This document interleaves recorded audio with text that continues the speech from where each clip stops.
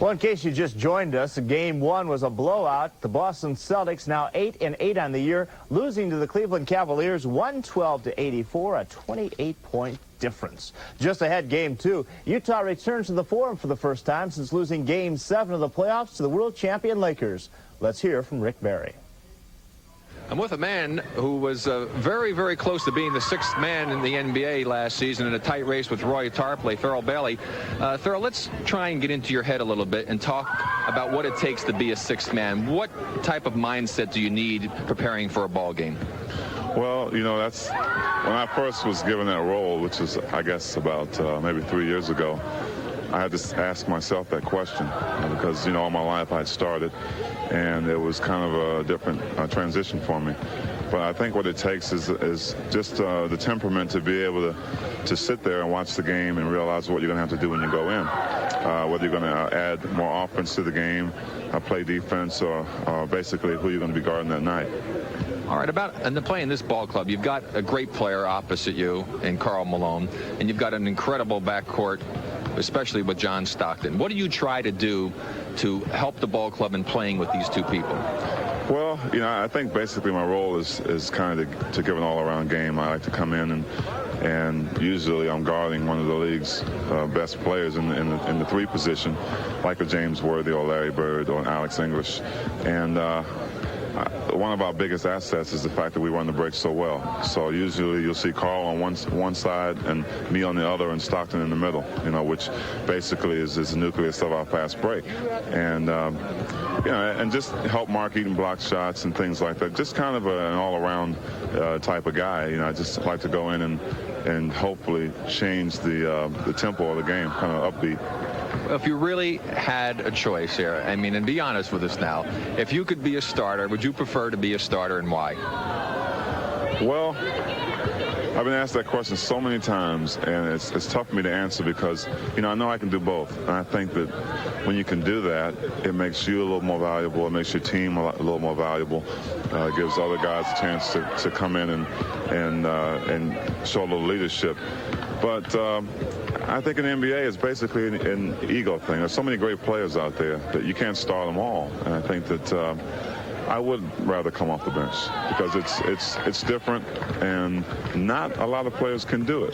You know, a lot of players don't have the temperament to be able to come in and come off the bench when they've been starting their whole basketball careers and come into a game. And it's really not whether you start, it's whether you finish the game or not. And this man has finished quite a few games, Craig Sager.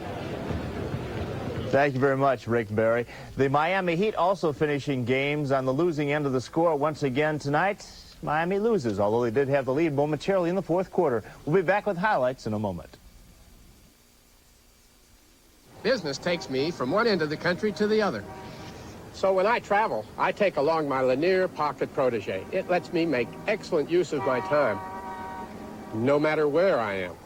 I can dictate letters, memos, and even reports, so that when I get to where I'm going, I have time for the things I enjoy most. And if traffic holds me up, I'll cross that bridge when I get to it.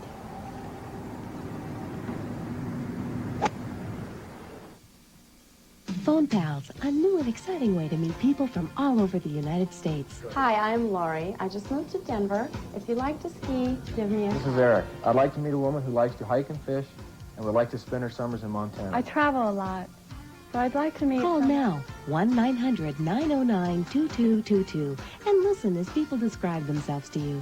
Phone Pals, for selective introductions. $2 for the first minute, 45 cents each additional minute.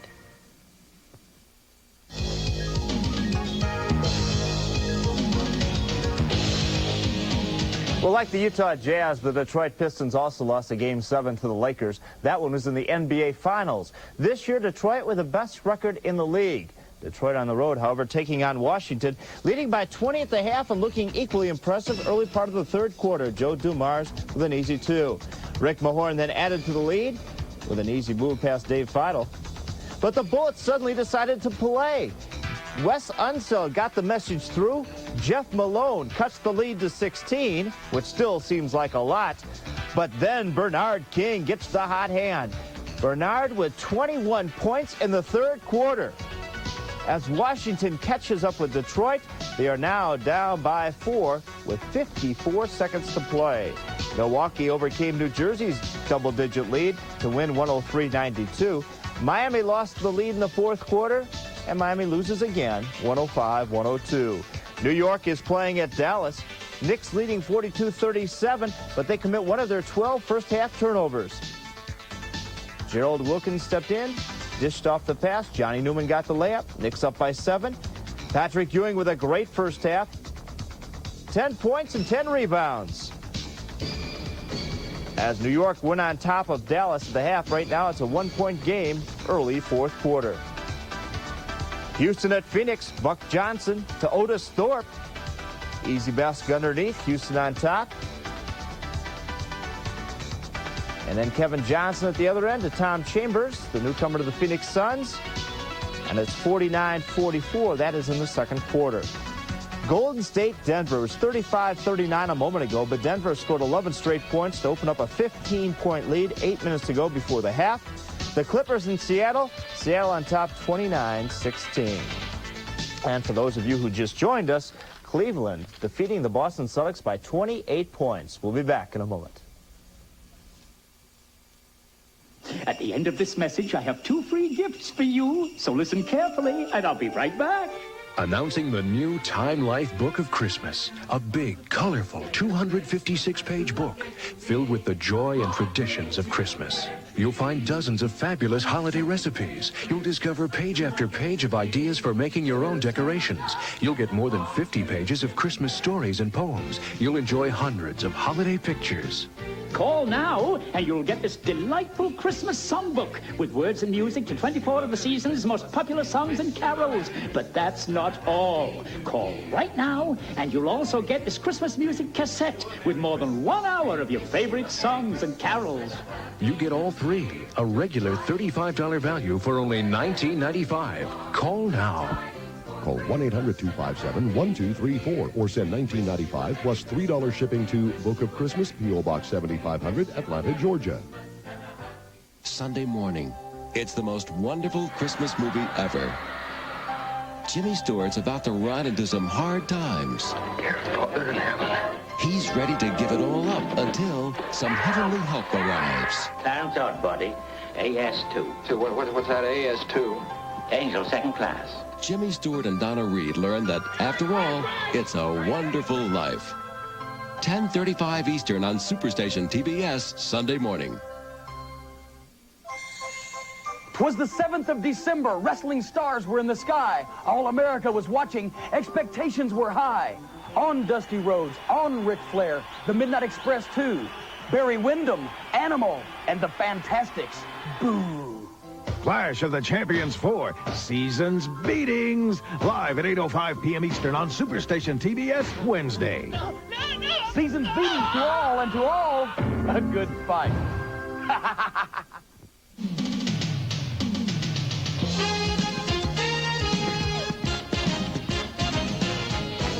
We already know that Miami is a worse expansion team than Charlotte. The question is, just how bad are they?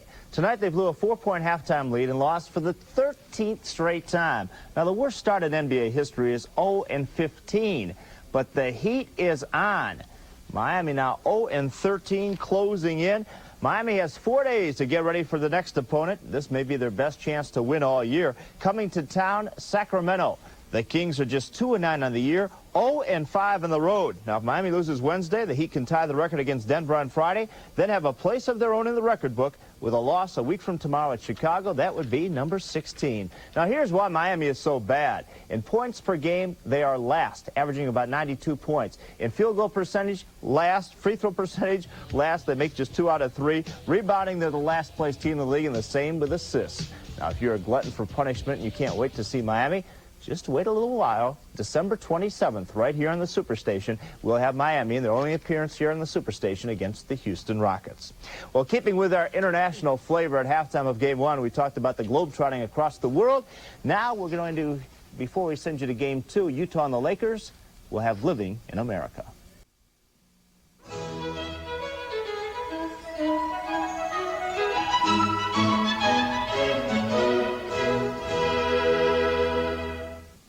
Saturday night.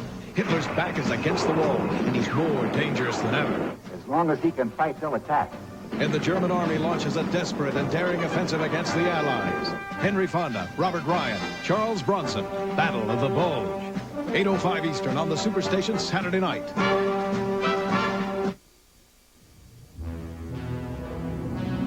The following is a presentation of TBS Sports. Exclusively on Superstation TBS.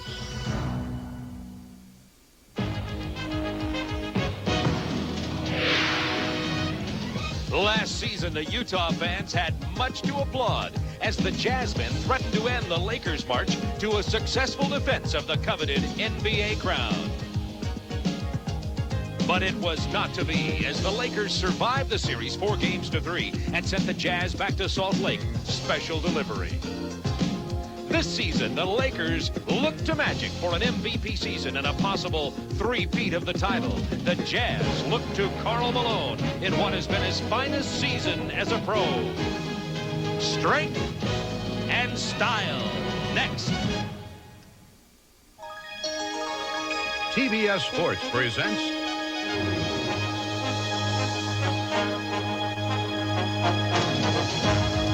NBA basketball. America's game. Tonight's game is brought to you by Miller Genuine Draft. Cold filtered for real draft taste. It's as real as it gets. By Jeep and Eagle, the official vehicles of the NBA. There's a feeling you get only in a Jeep. And by Wendy's, the best burgers in the business.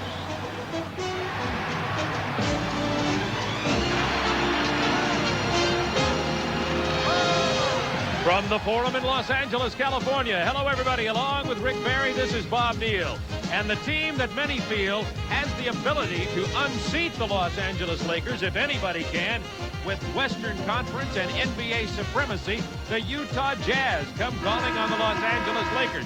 The Lakers, once again, are undefeated this year here at the Forum. The Utah Jazz come in here 9-4. They've won 8 out of their last 10 games, and you may recall, took the Lakers to 7 games in the Western Conference semifinals last year, losing only here at the Forum before the Lakers went on to win the World Championship. So Utah, one of those teams that can really challenge this Lakers ball club. Well, they certainly can, Bob, because they have the potential to go out there and run with them, which they can do very, very well, as you saw in the Western Conference Finals last year, led by John Stockton, #1 in the league in assists. This is a very explosive team. And add to the chemistry of Karl Malone and Thurl Bailey, who comes off the bench, Darrell Griffith, a player you haven't heard about in the last couple of years. He's averaging over 20 points a game. All of the elements of this game lead to, I think, what should be a lot of excitement. You've got the leading shot blocker in the league. You have 6 players ranked in the top 20 in scoring in the NBA. Bob, I'm really looking forward to seeing what's going to happen in this game. For the Jazz to win, they must control the tempo of the game, run every time they can against the Lakers, but don't get into an out-and-out running game with L.A. And the man won't be playing tonight for Los Angeles in his final 20th year in the NBA. Kareem Abdul-Jabbar about to miss what would be his 3rd game with a sore knee, and that, of course, changes that Lakers lineup. Well, it certainly does. They don't have the luxury of having Kareem Abdul-Jabbar matching up against Mark Eaton in the middle. That means Michael Thompson's going to have to do some work there, and probably we'll get to see Mark McNamara playing some for the Lakers. It'll be interesting to see how they combat it. We'll be back here in just a moment for the lineups and the opening tip-off at the fabulous Forum in Los Angeles right after this.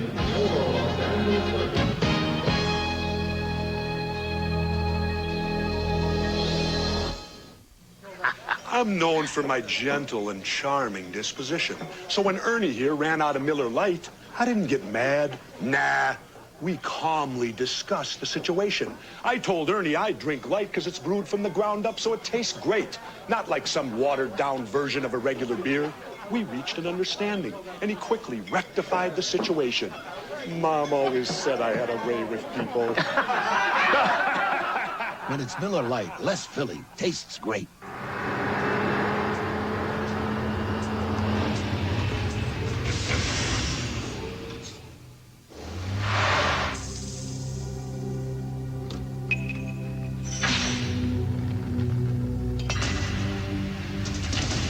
$177 horses give Comanche so much power, but it's the name Jeep that gives it so much pull. Save up to $1,700 on select 1989 Jeep Comanches. That's a snow leopard. I've seen one this far south. Yeah. What's that? Koala. He's probably looking for eucalyptus leaves. Yeah. Shh. It's a tiger and a panda. Come to Wendy's for the cuddliest wild animals your kids have ever seen and help us help the World Wildlife Fund protect the real ones. What's that? Mom, I think we're in trouble. They're cute and cuddly and only at Wendy's at a special price. Bob Neal and Rick Barry with you at the Forum in Inglewood, California, just moments away from tip-off. Let's have a look at the starting lineup. First of all, for the 9-4 Utah Jazz, they've won 8 out of the last 10. There's their starting lineup. Of course, their guy is Carl the Mailman Malone. Jose Ortiz starts at forward, but Thurl Bailey will come in there. Mark Eaton leads the league again in shot blocking. Darrell Griffith having what Frank Layden says is the best year of his pro career thus far. And the assist leader in the NBA, John Stockton, at the point. Utah coached by Frank Layden, and what a smile. Rick talked to Frank. You probably hear from him a little later in the ballgame. For the world champion Los Angeles Lakers, going for the three-peat. They are 10-3 on the year and won 4 of 5 games with Utah in the regular season last year. Green and Worthy at the forwards, Johnson and Scott at the guards, Michael Thompson starting in place of the injured Kareem Abdul-Jabbar. Last year, Abdul-Jabbar missed only 2 games all year. This will be his 3rd miss in this, his 20th and final season in the NBA. And, of course, the Lakers coached by Pat Riley. His statistics speak for that, Pat Riley. And there is Abdul-Jabbar, only the 74th game missed in 19-plus seasons. I'll never forget Hubie Brown telling me years ago when he coached the Atlanta Hawks. He says, the one thing you know is not only that he's a great player, but that he'll be there every night. This is the 3rd game that Abdul-Jabbar will have missed this year. He has fluid on the knee. On Monday in Philadelphia, he bumped into teammate A.C. Green and bruised the knee. Fluid developed. They drained that fluid, and now it looks as though he'll be on a day-to-day basis. It has not gotten any worse, and Abdul-Jabbar does not look to be in any kind of serious injury situation. Gerritsen, Reichelt, and Jim Clark, the 3 officials tonight for this NBA ball game, and we're ready to get underway from the Forum in Los Angeles. A grossly outsized Michael Thompson jumps against Mark Eaton. You see Eaton, 7'4", 290 pounds. And Michael stole the tip. It'll be Utah ball. Karl Malone will inbound to John Stockton. There's no question in my mind that the 2 best point guards in the Western Conference are in this game. Stockton and Magic Johnson matched up right now at the bottom of your screen.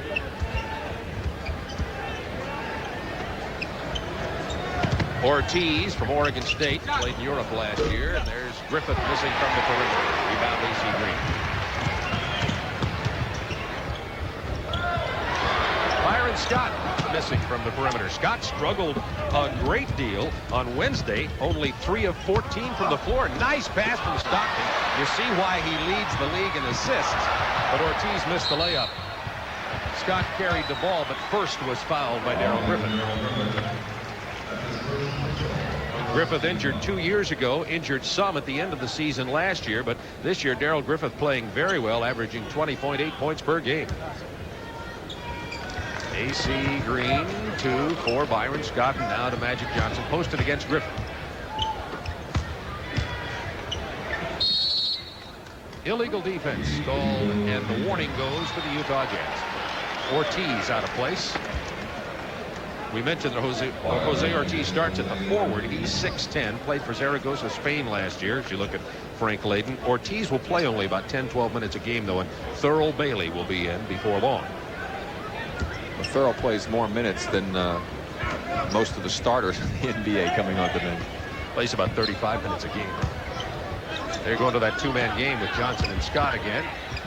Kicks it out to Thompson. Shot clock gets down to 10 seconds. Nobody has scored in this game yet. With a minute remaining, Magic Johnson changes that.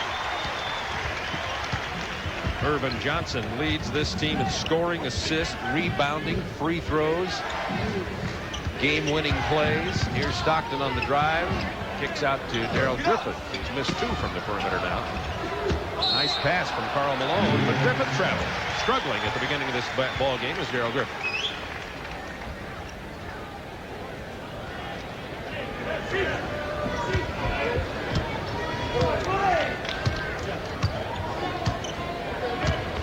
matchup's a cross matchup here. Magic guards Stockton and Griffith is guarding Johnson, so they have to look for one another as Worthy misses that Griffith gets the rebound. He's averaging about 6.5 a game and goes to John Stockton. Likes to pull it out here to the left side to be able to deliver the ball. Karl Malone. He's pushed. Illegal defense, however, before the push, and it's against Los Angeles. Now, each team called for the illegal defense early on. There's no, just say no, I won't be a movie star. Pat Riley. That's true, yes. Turned down the role for Tequila Sunrise is the report. But they stole his hairdo and clothes. That's right. For the role. For Kurt Russell. Stockton looking to penetrate this Lakers half-court defense. Not with any success. But they're calling an offensive foul. No, they're calling a foul against James Worthy, I believe. The Lakers pushing off. No, or Michael Thompson. Michael Thompson it was. 2-0 Lakers. Not exactly a blazing start to this game. Griffith finally connects after missing his first couple of shots. Well, that's a smart move. You miss the outside jumpers, go to the basket if you can, and get an easy one. Thompson setting the pick for Byron Scott. Scott only scored 10 points Wednesday. He has 2 early on here in this game. Stockton bounces off Johnson, then bounces the ball to the left of the rim. Magic leading his team in rebounding, takes it down court to key the break, and Stockton and Johnson go to the floor in a fall. Looks like a wrestling match out here as they tangled up out there at the top of the key. And Magic hit his left elbow. I don't know if I hope that that's one of those deals where you get the funny bone. It's not really funny, but your whole arm goes numb down into your fingers. There's the tie up on the arm, and boom, the left elbow hits against the court, and that's where Magic is trying to get himself rid of that tingling sensation. Tied. Our Lakers lead at 4-2 with 9:21 to go in the first quarter. Here's Magic from the top of the key. And gets the rattle. 4 points for Johnson early on.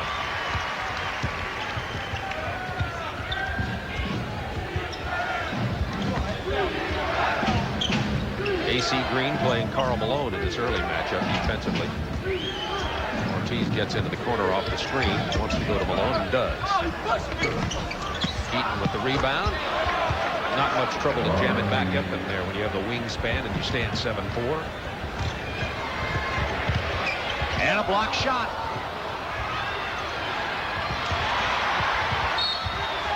Stockton fouls Scott on the shot.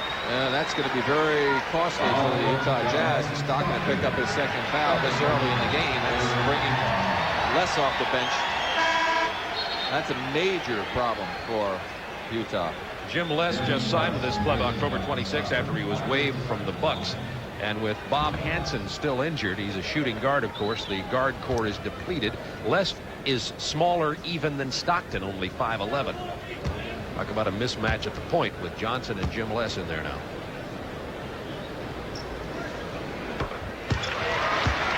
Byron Scott, usually one of the league's best free throw shooters at the line.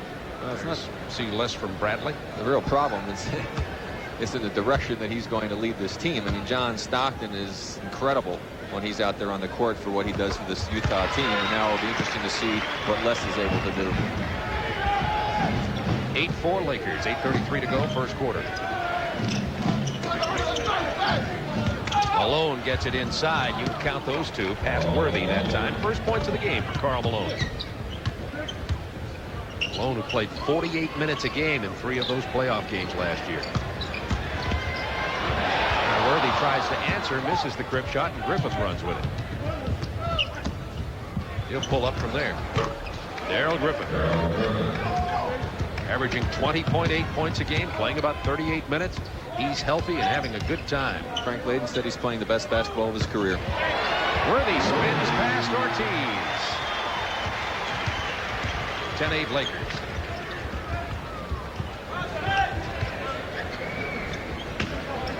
There's the double on Malone. And Griffith continues his hot hand after missing his first 2. Darrell Griffith has 6 points. 6 of the Jazz 10. We're tied at 10.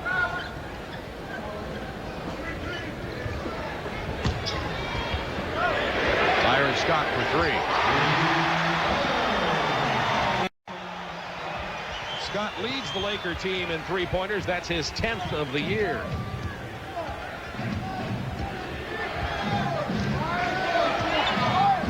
Now, Magic just can back in away from a short guard like Les and kind of clog up the middle there. Cut off the passing lanes.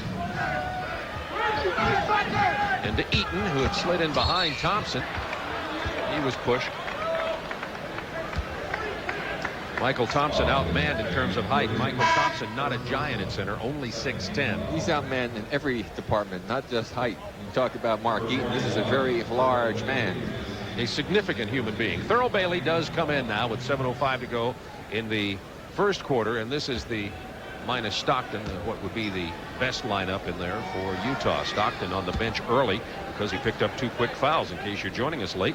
And in case you're a junkie watching both of our ball games tonight, I guess you already know that Cleveland clobbered Boston 112-84. Brad Daugherty had 16 points and 17 rebounds in that ball game. You saw that shot of John Stockton on the bench. You look at Frank Layden now, and I would think that Frank would have to feel very, very good if his team can maintain this type of contact with the Lakers with John Stockton on the bench. Les pushed Magic Johnson off, and that'll be a foul against Jim Les. Lakers ball. 13-11, Lakers by 2, 7:05 to go in the first quarter. Now Thurl Bailey will be guarding James Worthy. Les on Byron Scott. They've got Griffith on Magic, got a little better height matchup there defensively.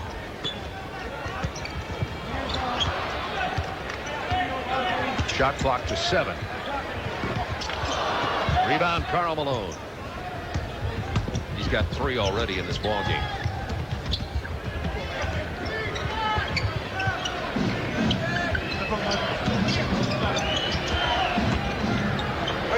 Griffith just feeling it here early, and Griffith now with 8 points. He missed his first 2 and then hit 4 in a row.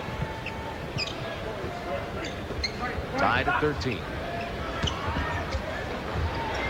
Scott answered. Well, both teams started cold. Now both heating up, and Scott has 9 points, counting his three-pointer. I'll tell you, there's 2 of the best shooters in the game from outside in the shooting guard position right now. Byron Scott, Darrell Griffith, and they're both warming up. Lakers leading the NBA in field goal percentage at 51% from the floor. Also 2 of the best defensive teams in the league. Left-handed hook misses, but Eaton goes back after it. Couldn't get it to go either. Scott and the Lakers run.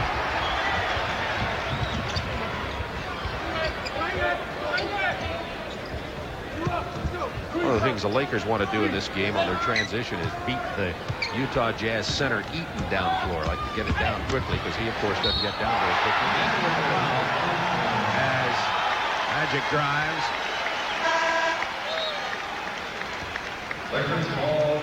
And we have a timeout on the floor charged for the Los Angeles Lakers, leading by 4 with 5:32 to go in the first quarter.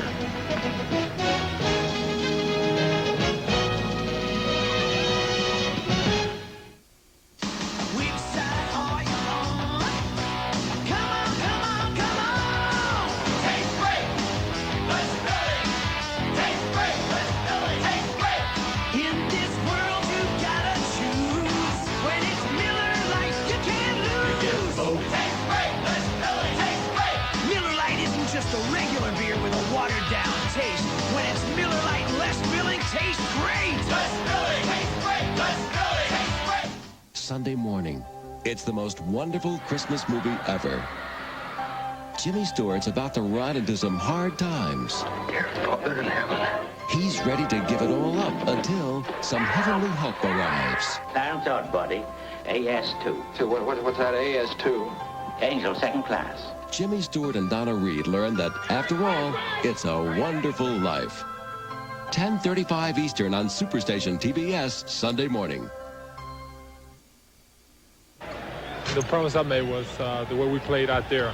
We come in here and do the same thing. We're going to get a win and go back to L.A., and that's without a doubt. But we have to come out and do it, and the pressure's on me because I said it. So the only thing I have to do now is go out and play. Yeah, but talking about pressure, Carl, I mean, you said that you got some psychic powers. I mean, what about these powers? How do you feel about this ball game? Well, I feel really good about the ball game. Sometimes I take my naps and I see some of the things that could happen in a ball game. It's sort of like deja vu, I guess. But like I said, it's just a power that I probably think my mom passed out to me. I know a lot of people might say I'm crazy or something, but I believe in that kind of stuff. Well, you saw Karl Malone. That was his reaction in talking to a reporter after he had predicted that they were going to beat Portland, and they asked him about what was going to happen before a Laker game, and he predicted a victory, and that worked out. And he was a little non-committal here tonight, though, Bob. Karl Malone. Have a basket problem here. That'll be a short delay in the ball game. I enjoyed one of Karl Malone's quotes. He said, "My rivalry isn't really with just one player. My rivalry, my personal rivalry, is with the Los Angeles Lakers." Well, I want to tell you, you talk about Karl Malone and a consistent performance. In the playoffs last year, in that 7-game series, he had 29, 29, 29, 29, 27, 27, and 31. That's putting together quite a string of 7 games against the defending world champions. And he's really an outstanding young man. I remember back when we had the draft and I got a chance to interview him, the way he was overcome with emotion, and the people in Salt Lake City love him, and he's been a great asset to the Utah Jazz franchise. We were talking about Pat Riley and him turning down a possibility of a role in a movie. Kurt Russell played the role, a movie just opening, by the way, around America on Tequila Sunrise, and they copied his hair and his clothes anyway. You see what Robert Town, the director, said, that a person in a stressful job who doesn't want to show it off and uses his hair as a suit of armor. Riley always remains calm and slick under the stress of the game, like a good cop. I also would like to congratulate Pat and his lovely wife Chris, who adopted their second child, a little girl, Elizabeth, and she's 6 weeks old now, and along with James, their son, they're enjoying the new family. Pat Riley said he could do the acting. He took acting lessons when he was in broadcasting, which I understand that. I just don't think that he would have done as good a job as Kurt Russell, however. Probably not. Abdul-Jabbar, how about his great role in the great movie Airplane? I thought that was Academy Award. He was with Bruce Lee in one of the Kung Fu movies also. You remember that? He played a villain.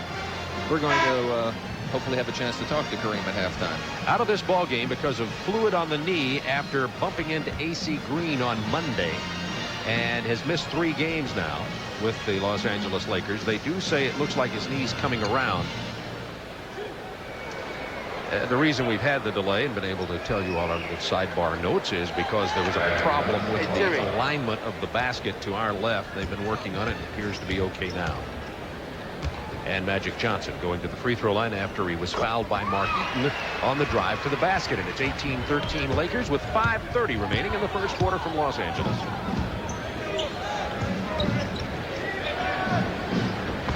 Jim Les launches it from outside. Les putting up the ball. You know, his primary job at Bradley, one of the reasons he got a look in the NBA was because he was giving the ball to Percy Hawkins so effectively. Fights through a screen. Scott gets the shot off anyway.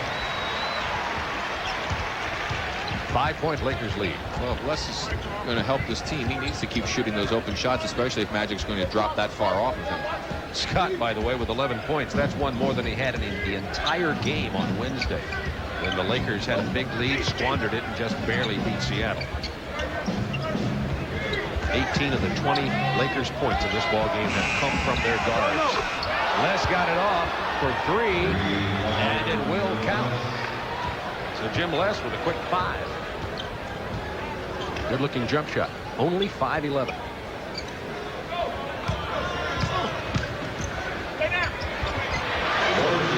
Worthy slides inside.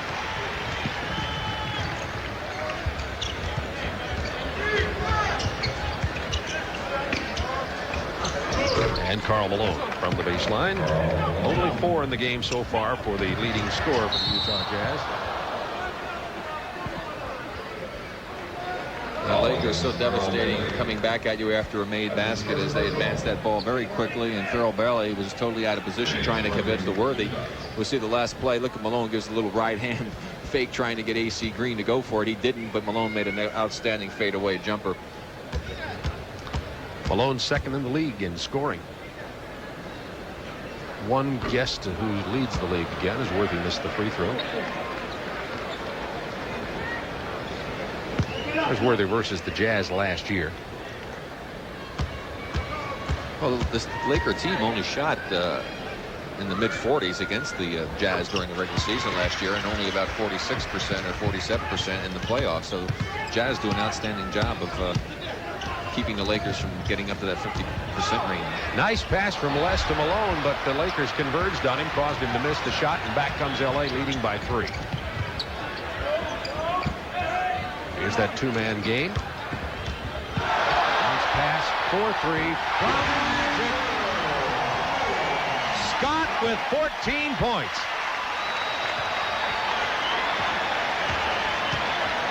Lakers by 6. Timeout, Utah. Remember, John Stockton got 2 quick fouls and had to go to the bench early for the Utah Jazz.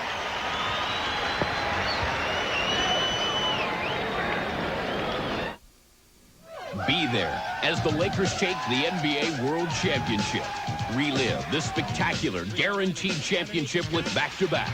The official Los Angeles Lakers video yearbook, featuring all the highlights and exclusive behind-the-scenes action as the Lakers become the first team in 20 years to repeat as NBA champions.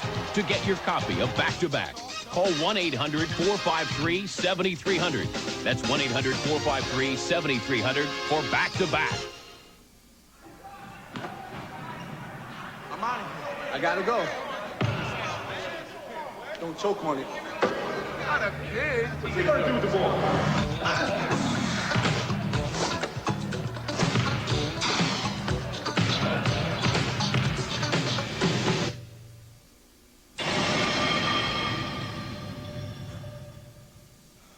When you get your shot, you gonna be ready? Xerox presents the Great American Torture Test, Alaska. Xerox. Death Valley. Xerox. City traffic. Xerox. Coast to coast to prove under the most extreme conditions you can't buy a better antifreeze coolant than Xerox. No matter where you drive.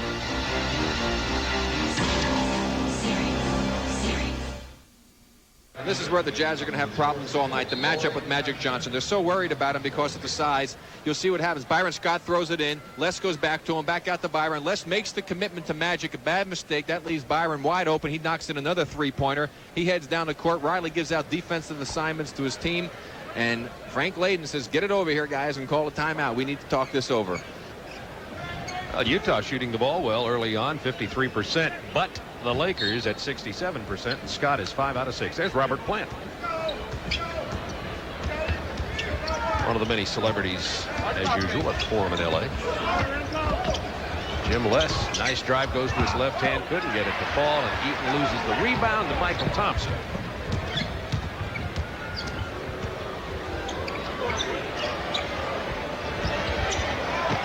Worthy gets Thurl Bailey airborne.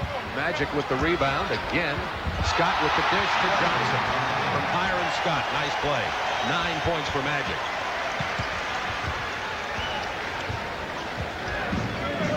Lakers by 8, 2:53 remaining in the first quarter. Biggest lead of the game, by the way.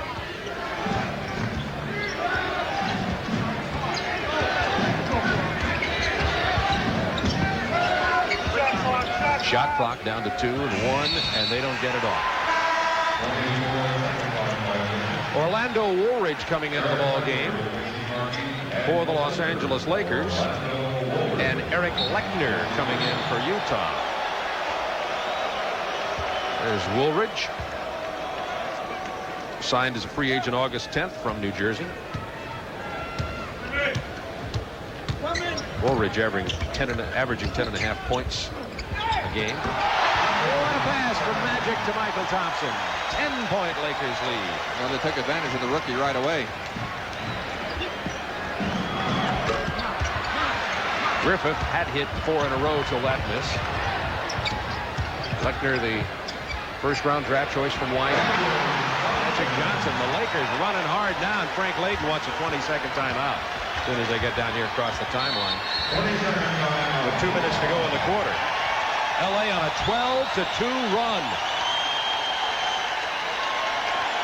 Well, the Lakers are executing almost to perfection here, Bob, but they're running the type of offense that Pat Riley worked with them this morning. Shoot around, trying to get a lot of cuts going to the basket, challenging the people inside. And without Mark Eaton in the game, they feel a lot better about going to the basket for sure, because the intimidating force is not in there.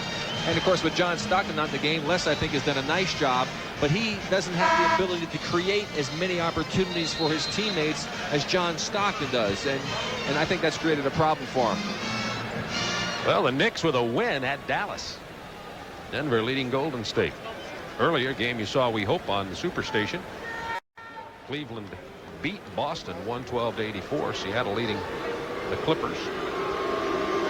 That game in Seattle. And Michael Cooper will be in for Los Angeles shortly. Lakers with a 12-point lead.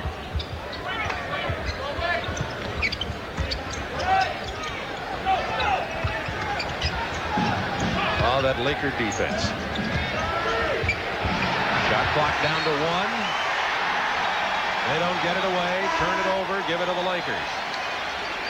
3 turnovers for Utah, 0 for Los Angeles. With John Stockton in the game, he's the type of player, when he sees what might be happening, he would go and do some penetration, try and break the Laker defense down somewhat. Les is content more or less to stay out there. Frank may have to get him back in the game soon. Rebound Les.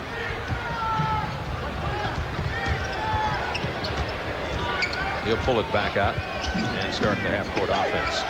They're doubling down on Malone. He turns and hits the baseline jumper anyway. Malone with 6 points now. Looks like Layden is going to leave Stockton out for the remainder of this quarter. 1 minute left. Well, he may do that, but I think he's got to get him back into the ball game sometime soon, because he needs to generate some easy opportunities. The only baskets they're getting now are difficult shots like the one Malone just made. An offensive foul's on Byron Scott. Lakers by 10, minute to go in the first quarter. Lechner's jump hook scores from the baseline. And Magic with the cross-court pass to Scott couldn't quite handle it. And the Jazz, down by 8, have a chance to cut into the lead further with 47 seconds to go in the quarter. The Lakers had built a 12-point lead. Shot clock to 10. Now to 5. Thurl Bailey from the baseline. It's a 6-point Lakers lead with 30 seconds in the quarter. Bailey's first points of the night. Well, as long as the Lakers continue to make a few mistakes and the Jazz can keep hitting like that, they have the luxury of being able to keep Stockton out. Woolridge gets the basket and the foul. His first points of the night.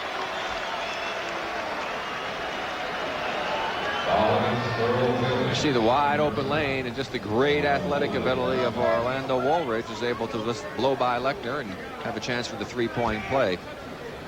Jazz defense just had a few problems as far as being able to shut down the middle right now, and that's hurt them a great deal as Stockton is up ready to come in. It was Bailey who picked up the personal foul. Bailey got him before he drove on Lechner, and that was number 2 on Bailey, by the way. 5 seconds to go in the quarter. Les ran into problems driving down the lane. Magic will just stop and launch a three-pointer. Almost got it at the buzzer. Lakers by 8 after 1. It's showtime in Los Angeles.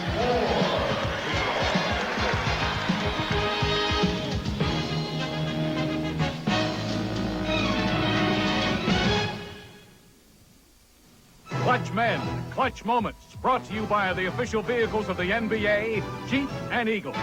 Thurl Bailey's baseline jumper gives Utah a 1-point lead in L.A. Who will come through for the Lakers in the clutch?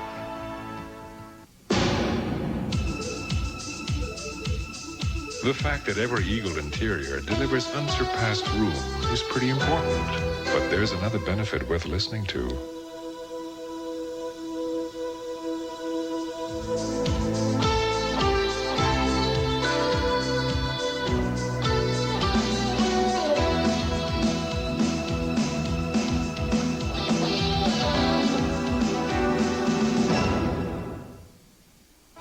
Trailing by 1 with time running out, the Lakers look to Michael Cooper to pull it out in the clutch. Out the Cooper, 18-footer,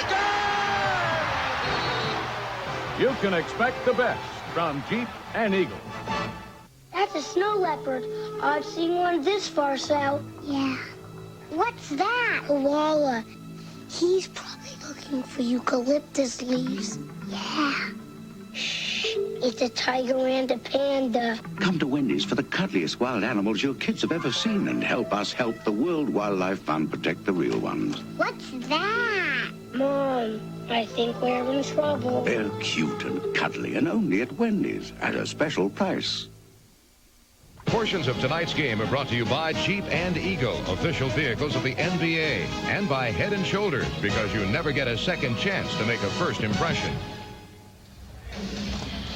Lakers up by 8 points after the first quarter. Scott had 14 of the Laker points. Magic Johnson with 11, and 25 of the LA 34 points came from the guards, Magic Johnson and Byron Scott. In my book, the very best two guards in the NBA. Well, they're playing exceptionally well this part of the season. Magic Johnson's been absolutely phenomenal, on his way to an MVP season if he continues to play like this. Of course, he'll have some great competition from Michael Jordan, certainly, and some other people in the league as well, Karl Malone. But I haven't seen a player take over a game and just do as much as Magic Johnson has done for the Lakers this early in the season. As you see the statistics after the first period, both teams shooting exceptionally well. 64% is phenomenal shooting. Both of these teams normally keep teams shooting in the mid-40s, so defense not what it should be for, certainly not for the Jazz. Stockton back in for Utah. Bart Kofoed also in there right now. Mondo Rulich misses the runner in the lane, and Stockton gets back quickly. And Mike Brown, who they picked up, got that rebound. There's Bailey with the jump hook. Mike Brown played with Chicago last year, was picked up by Charlotte in the expansion draft, and then was involved in the trade from Utah from Charlotte for Kelly Tripucka. Charlotte, by the way, with a 2-game win streak, the expansion team, beating the 76ers last night. Worthy over Bailey.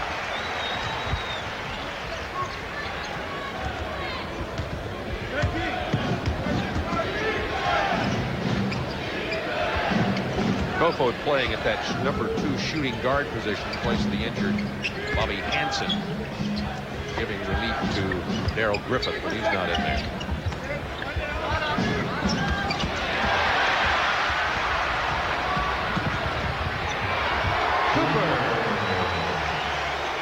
With his first points of the night. At the conclusion of tonight's game, Rick and I will be selecting the Miller Lite player of the game.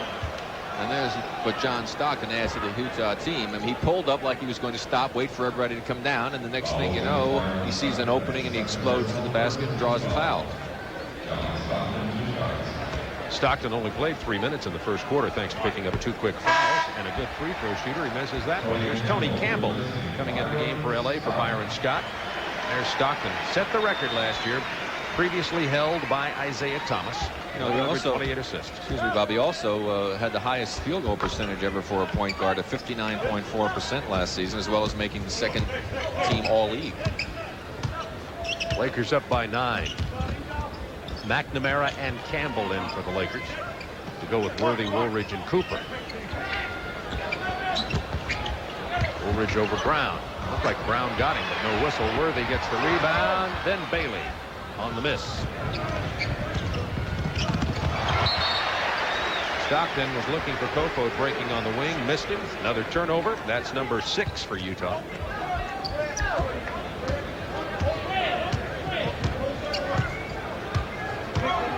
.13 to go in the second quarter. Lakers up by 9.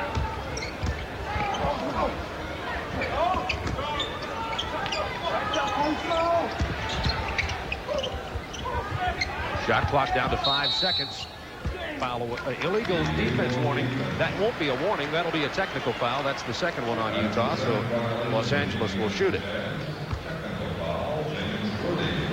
No wonder the defense was working so well. The Lakers were down inside 5 seconds on the shot clock when Darryl Garrettson made the call.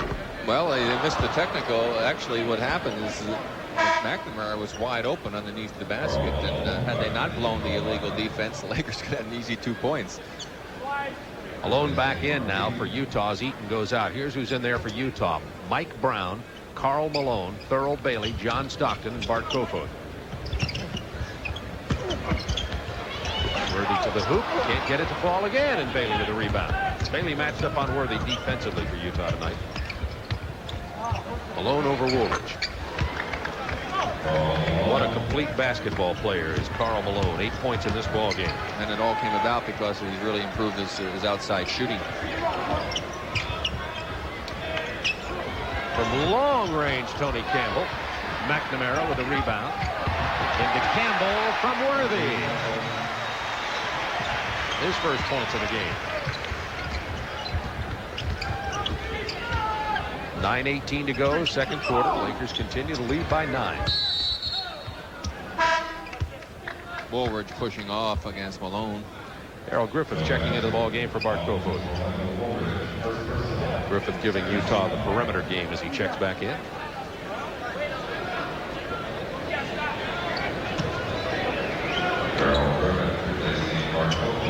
One of the raps against Utah is they're pretty good down through 7 players, but then get pretty empty. Not a very deep well. Stockton goes for 3. McNamara with a rebound. McNamara's got 3 rebounds now in this ball game already.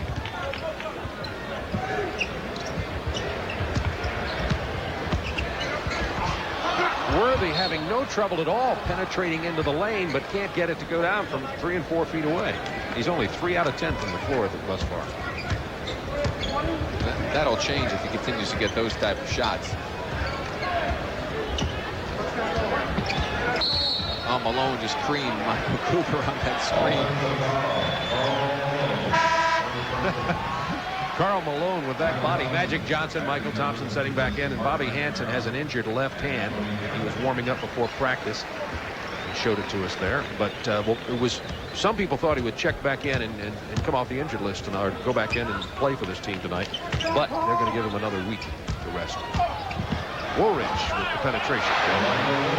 Lakers are having an easy time of getting inside the middle of the Utah Jazz defense, and that's been a big problem so far in this game from Utah, shutting down the middle.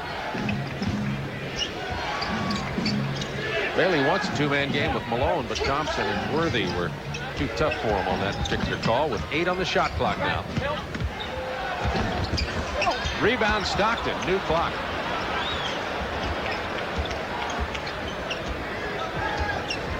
Lakers by 11.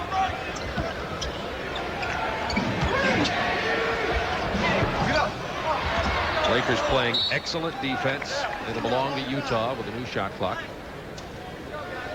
The Lakers, I thought, played a lot better defense than the statistics would show, showing that Utah shot over 50% because Utah made a lot of tough shots from way outside. That will not continue if they have to shoot from that far out. You see, the Lakers are good at holding everybody to a relatively poor shooting percentage. Griffith with a great jumping ability, legend at Louisville.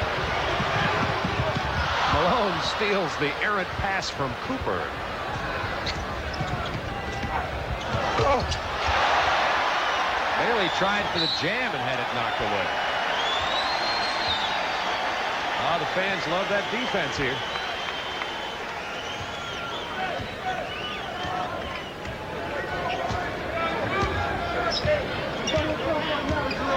Bob Neal, Rick Barry with you from the Forum in Los Angeles.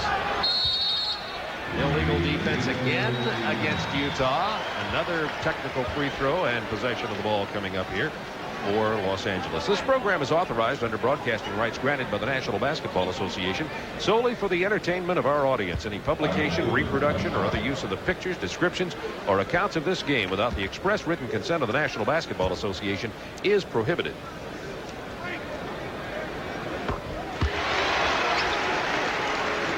The brain trust for the Jazz, Jerry Sloan on the left, Frank Layden on the right.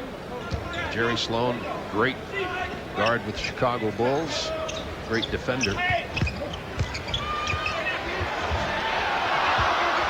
And Worthy having a nightmare with his close-in shots. It's a jump ball. Yeah, but I'm just curious why Michael Cooper shot the technical free throw. He's shooting 80% from the free throw line for the season. Magic Johnson's shooting 90%. 6:59 to go in the first quarter. We'll research that when we return. I'm the big daddy of the greatest bar game of all time. Fuse ball. And us fuse ballers drink Miller Lite. Miller Lite's a less filling beer. It's brewed from the ground up. It's not a watered-down version of a regular beer. And fuse ball is a great game. Because when a guy loses, everyone knows he loses. When it's Miller Lite, less filling, tastes great. I think we have a loser. Hey, fair-handed.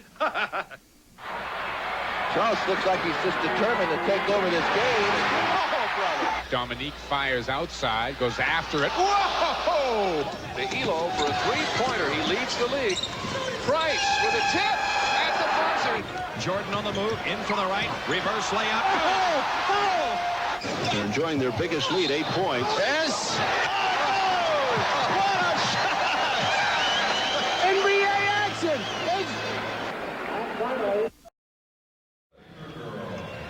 Lakers up by 12 with 6:59 to go in the second quarter from Los Angeles.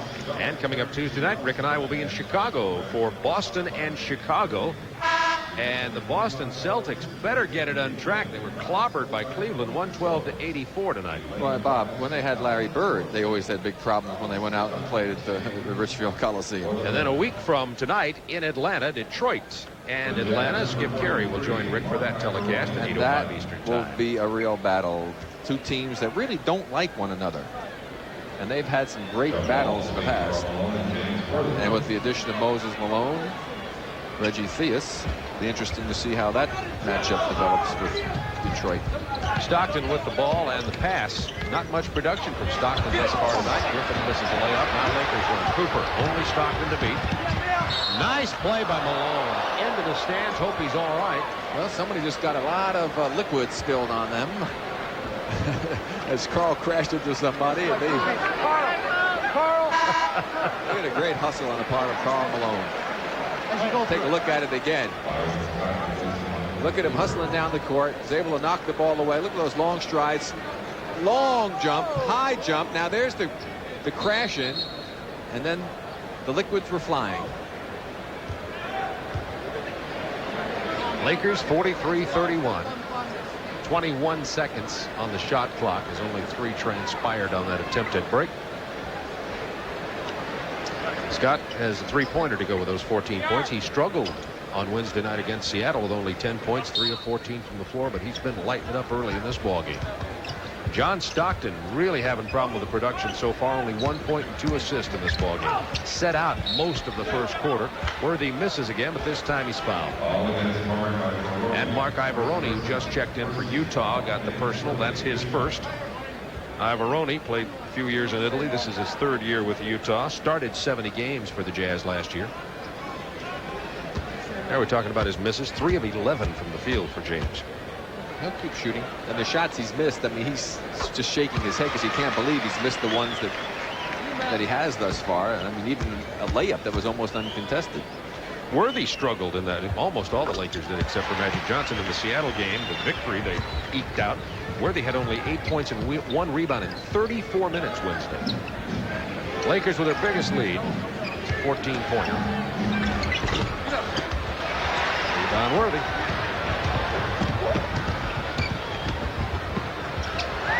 For 3. No, not this time. Michael Thompson with the offside rebound.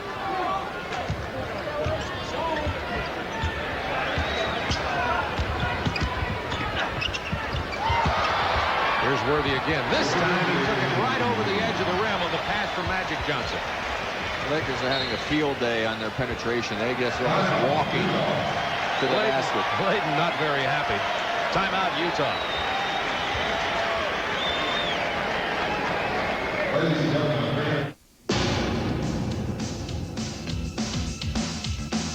Introducing the next Eagle.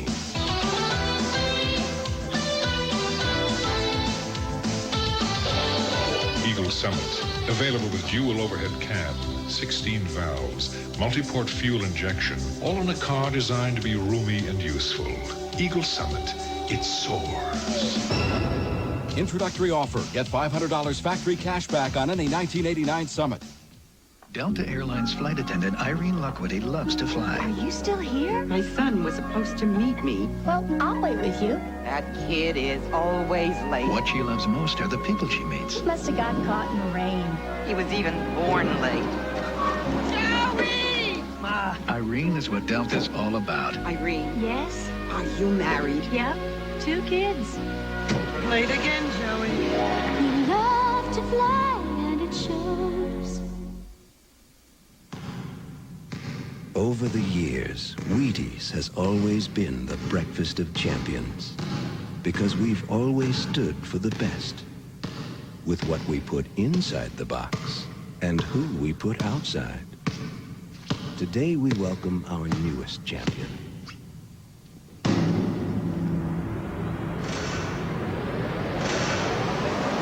And we've never stood quite as tall. Let's take a look at this excellent replay here to show you how Magic Johnson directs things. Here you'll start to see him signaling with his hand. Now watch his eyes. He's going to look at Michael Thompson. Look at him, telling him to go through just with the eyes. Michael Thompson makes the cut through. He gets gripped to the commit. He penetrates, draws Stockton over, draws in the whole defense, spots Worthy wide open, and he's able to waltz right into the basket. Utah with only 2 field goals in this quarter. They are really struggling here, shooting 47%. Lakers shooting 56%. Only Malone and Bailey have scored for Utah in the quarter with 5:55 remaining. Shot clock down to 10 for Stockton. Just has to launch it from out there. Nice grab by Scott. Scott with his first field goal of the quarter after having 14 in the first, now with 16 in the game. And the biggest lead of the night for the Lakers. Well, I'll tell you one thing, it bodes well for the Lakers with Byron Scott off of this kind of a game, Bob. Last season, when he had 16 points or less, they were 8-9. When he was 17 points or more, they were 54-10. Eaton checks back in for Ivoroni for Utah. 7 on the shot clock. Cross-court pass to Bailey, who better take it. He does, and gets it. Thurl Bailey. Again, but it's an outside basket for Utah. That's where most of their scoring's coming. Utah did not get back quickly. And again, the inside scoring of the Lakers. They are 31-11, Bob, on inside scoring. I mean, that's domination right there. Worthy has 13.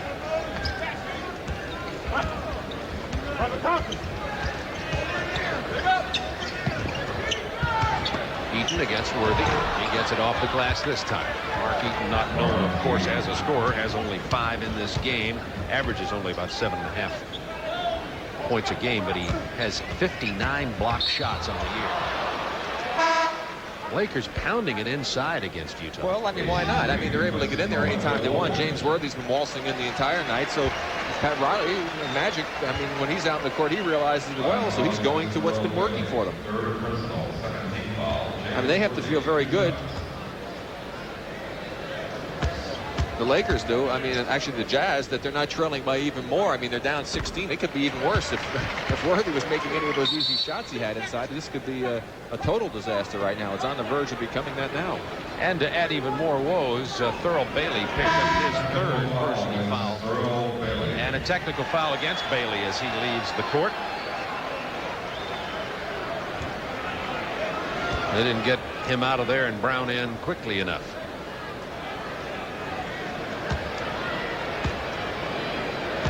Worthy's just been really beating him to the hoop. He picked up 3 fouls. Worthy has 13 points and could easily have 20 here. Worthy's missed 8 shots on the night. Yeah, and about 6 of those 8 were about 5 feet and 4 or 5 feet and in. Coming up at halftime, Prudential Halftime Report. Greg Sager in our Atlanta studios with NBA news, scores, and highlights from around the NBA. Plus tonight's featured fashion NBA style featuring yours truly, Bob Neal, and Rick Barry, 2 of the fashion plates in a league that is known for its fashion. Are we featured in that? I don't think so. Are we on the cutting room? I'm sure Frank Layden might be, though. And Pat Riley, as we have the opposite ends of the spectrum tonight. Cutting room floor. Stockton with 10 on the shot clock, and now they got a double team on him.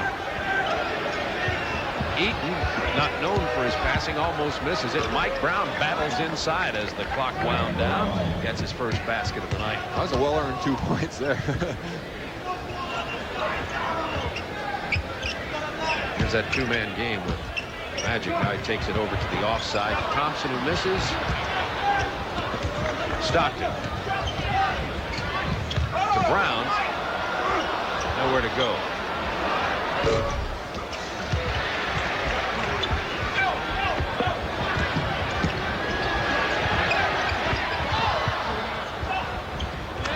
Looked like Magic batted the ball away. Did. It'll belong to Utah.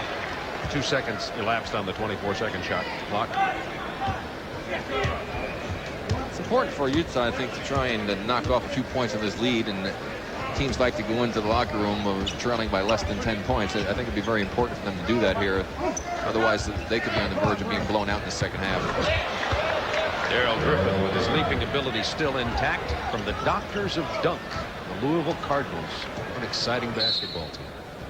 And national champions. 22nd timeout with 3:17 to go in the first half. And the Lakers up here by 15 points. So next Tuesday night, Rick and I will have Boston at Chicago. Then a week from tonight, TBS will have the big Detroit-Atlanta ball game from the Omni in Atlanta. Well, the Lakers also are doing a great job in rebounding tonight, Bob, something that they're not necessarily known for. They rank 21st in the NBA in rebounding, where the Jazz are tied for 9th. So the fact that the Lakers are able to dominate in that area as well, or control that area of the game, it just shows you how well things are going for Los Angeles, as you see John McEnroe and his wife, Tatum O'Neal. She goes as Tatum O'Neal, doesn't she? But I guess she's Tatum O'Neal McEnroe. I don't know. You're the guy who keeps up with the inside stuff. You should know that. I'm not going to help you out of that. You're the paparazzi guy, or whatever that word is. That's good. That's a photographer, though. Byron Scott. Well, just missing. 3 minutes to go, first half. We're surrounded by stars here at the Forum again in Los Angeles, pounding Rick and I for our autographs. Inside to Brown. Blocked from behind. That was Worthy who got it, but look at Brown battle in there. He just can't get it up off the floor, though, as he goes down. And he comes out of that pile and will go to the free throw line. It's Michael Thompson who picks up the personal. Brown deserved that for his effort. Mike Brown, he played a year in Italy, went to George Washington University, just was with Chicago last year, as I told you a few minutes ago. He went to Charlotte in the expansion draft, and then Charlotte traded him to Utah for Kelly Tripucka. Brown started a bunch of games at center for Chicago at the beginning of the year last year. Chicago now with Cartwright, Corzine, and Will Perdue, their 3 centers. The rookie Perdue not playing very much, kind of having a redshirt year. I like what our Kim Belton, our producer, pointed out. I guess you can have a redshirt year in the pros when you're a young rookie. Here's Scott. And now has 19. Malone on the run, fouled by A.C. Green. Yeah, I'll tell you what, but they don't pay the red shirts like they do. So some pay he's going to get for being a red shirt. Karl Malone, he's got last year they extended his contract, 6 years, $6 million. And there are those who make more than he, of course. I'm going to tell you what, based upon his performance and all, of course, I know that probably some of the people out in Utah might be a little upset in the front office, but he's underpaid. What this man does. He says he knows they'll take care of him when the time comes. Malone rattles that free throw in. He's shooting about 78% from the free throw line. Get this, unusually for most players, he has nearly the same number of free throws made as field goals made. He's almost equal there. Averages about 9.5 points a game from the line. So his percentage becomes a big factor for Utah. They back off Worthy. He just puts up the long shot. Malone with the rebound, and Stockton wants to run. Griffith off the glass from John Stockton, and he has 12. They've got it down to 12, and that's important for the Lakers to try and score a couple of hoops here. But back comes Scott. And this is this time a lone rebound again, loose ball foul. James Worthy. That's the second foul on Worthy. Bailey has 3 fouls and is on the bench for Utah. The only one in the game with 3. I guarantee you, Pat Riley is not real happy with what's transpiring right here. He had a chance to perhaps keep this game out of reach of the Jazz, and he's giving them some life, a chance to cut it now to a 10-point deficit only. Mike Brown getting a lot more playing time in this game than he had previously. He's only been involved in 3 games, about 4 or 5 minutes a game. Well, Frank thinks he's going to help them, but he's not in shape yet. Of course, Thurl Bailey with the foul difficulty is allowing Brown to get more playing time. Thurl Bailey, member of that '83 national championship team at North Carolina State. Now the Lakers by 10. So the Jazz have cut into that 18-point lead with 1:43 to go in the half.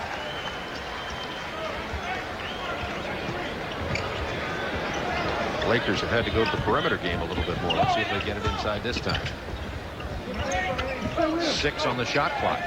And so far unable to penetrate. Now 2 on the shot clock. Magic Johnson has to put it up over Griffith. 13 for Johnson to go with his 5 rebounds and unofficially 7 assists.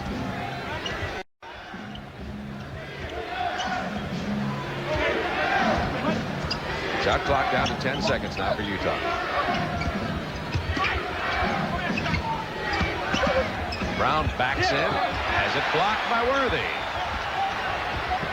2 blocks in this ball game for James. AC Green kicks it out to Johnson with 52 seconds to go in the quarter and 10 on the shot clock.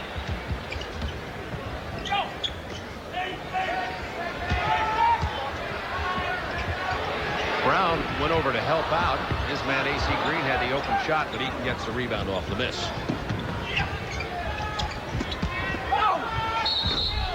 Malone fouled on the hook shot. Stockton really adept, Rick, and of course you speak to this so much better, but Stockton really adept at delivering the assist or the pass at the right time when a player's cutting. So much to that. Well, it really is. Magic Johnson, of course, all the great point guards are able to do that. They read the defense, they get the ball to the man in a position where he can do something with it. The timing is just right. You don't want to throw it a little bit late because you disrupt the man's momentum coming off of a screen or making a cut to the basket. And that's what separates the good players from the great ones. Ivaroni coming in here as Brown will spend the rest of the first half sitting down, and Worthy with 3 personals now. Cooper's into the ball game for LA. Well, good chance for the Jazz if Carl can knock this in. Of course, he's shot 70% from the free throw line last season, which is up from his 54-point-something percentage for his career. So that's a big improvement for him, and it's one of the reasons he's scoring a lot of points. But good defense here by the Jazz. They'll get one last opportunity, perhaps, to try and cut it under 10. And he's improving that free throw percentage again this year at 78.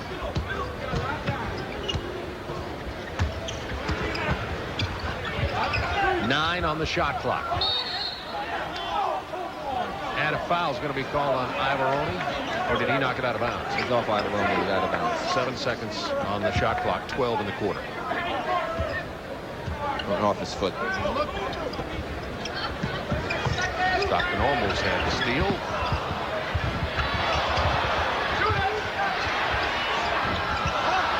Eaton finally controls it and just lost it all the way down as the buzzer sounds, and the Jazz did battle back to trail only by 10 at the half, 58-48. And after these messages, back to our studios in Atlanta for Craig Sager and the Prudential Halftime Report.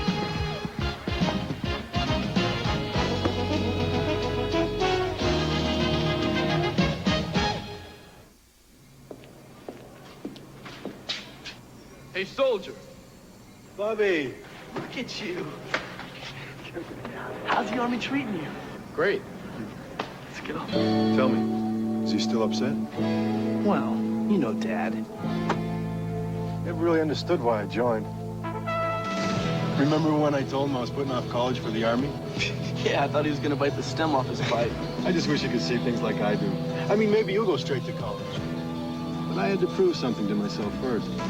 If you qualify for the GI Bill and Army College Fund, you can earn more than $25,000 for college before you even set foot on campus. And then you'll have something most other college students don't. I think you did the right thing. Do you think Dad'll ever come around? Dad?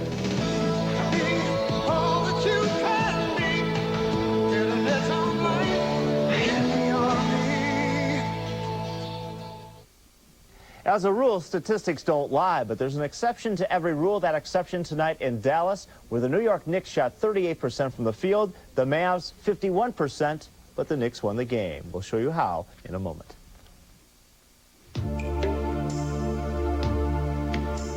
The most powerful engine in its class. 4 doors, room for 5. Available 4-wheel anti-lock brakes.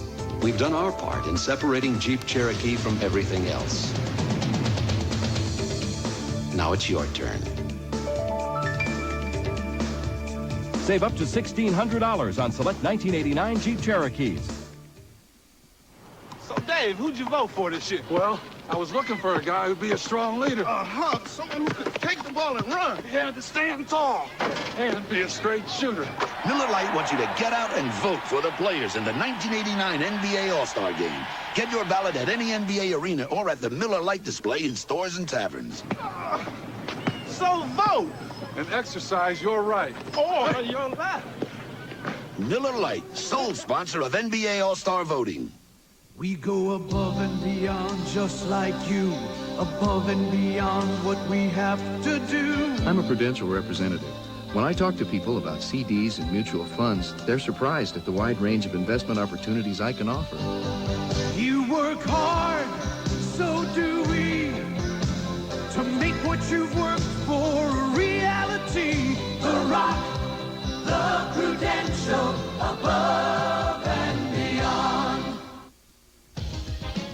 The Prudential Halftime Report is brought to you by The Prudential, going above and beyond to meet your needs in insurance and other financial services. Welcome back to the international headquarters of Turner Broadcasting. There are only 4 teams in the NBA with winning records on the road: Detroit, Cleveland, the Lakers, and New York.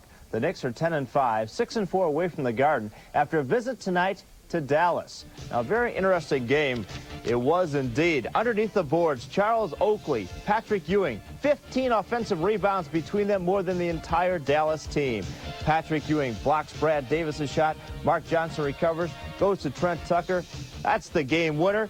19 more shots from the field for the Knicks. They scored the last 7 points of the game to go from 4 behind to 3 in front. Golden State and Denver. Winston Garland had his pass picked off by Michael Adams, who works a perfect give and go with Walter Davis. Denver takes the big lead. They're up by 20 now in the 4th quarter. Houston and Phoenix. Phoenix playing tough defense. Sleepy Floyd on the drive has the pass tipped by Tom Chambers off to Armand Gilliam. And back to Chambers to return the favor. Phoenix winning against Houston by 10. That also is in the 4th quarter. The Clippers in Seattle. What a runaway game this is. Xavier McDaniel, 11 shots from the field so far. He has made all 11. Derek McKee with an easy basket underneath. Seattle has nearly doubled the Clippers score. They're trailing by nearly 50 points in the 3rd quarter. We'll have highlights of the Celtics and Cavs in a moment on the Prudential Halftime Report.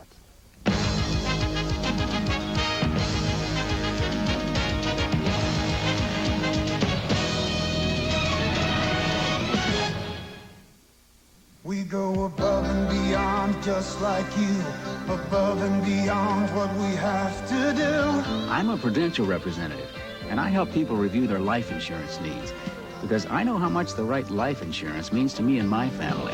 You take pride in your life, so do we. Going above and beyond is our policy. The Rock, the Prudential, above and beyond.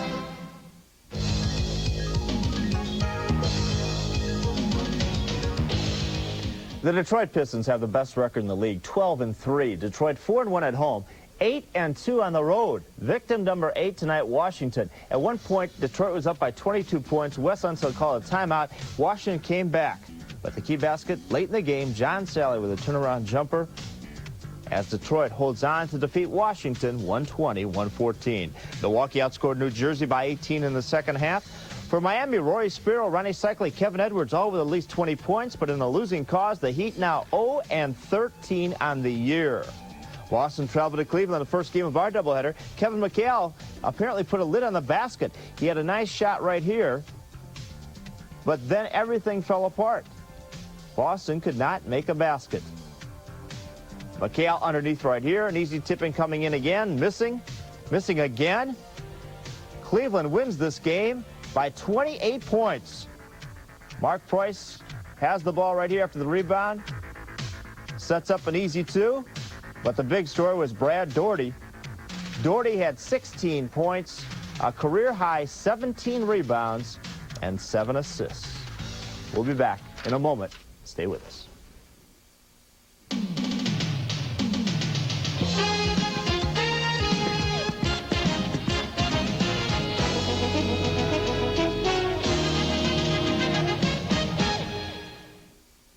Soar beyond your expectations.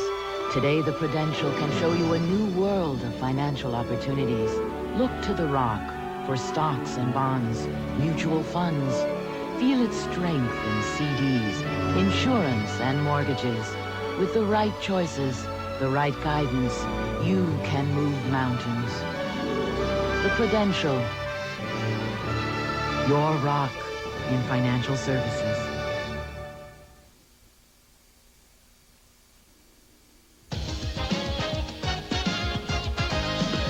The Prudential Halftime Report has been brought to you by The Prudential, going above and beyond to meet your needs in insurance and other financial services. NBA is here to play.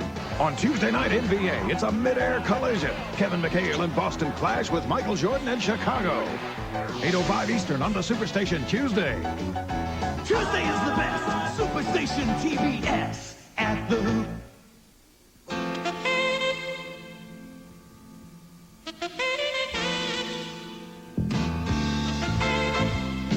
To the competition. This is the new Honda Civic four-door sedan.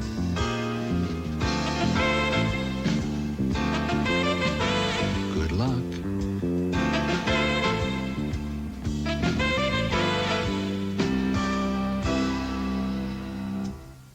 Snow, incredible snow. You are psyched, huh? It's our first trip to America's premier ski resort. Hey, what do you think? Black, huh? Yeah.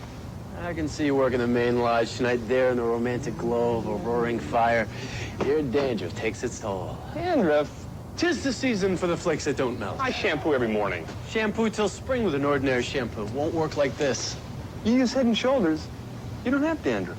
Nothing gets by you, does it? Head & Shoulders, because you never get a second chance to make a first impression. The German army launches a daring offensive against the Allies. Battle of the Bulge. 8:05 Eastern on the Superstation Saturday night. The Lakers' Pat Riley is a shoo-in for one of the best-dressed men in sports. In fact, actor Kurt Russell has borrowed a portion of his wardrobe for his upcoming film, Tequila Sunrise. But the fashion trend in the NBA started long before Pat Riley.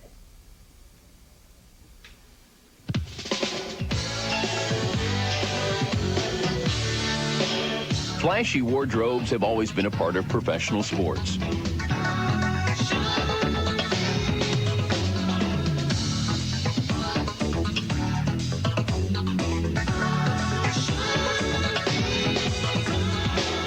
While the fashion statement has remained high profile, however, the current styles have changed a bit over the years.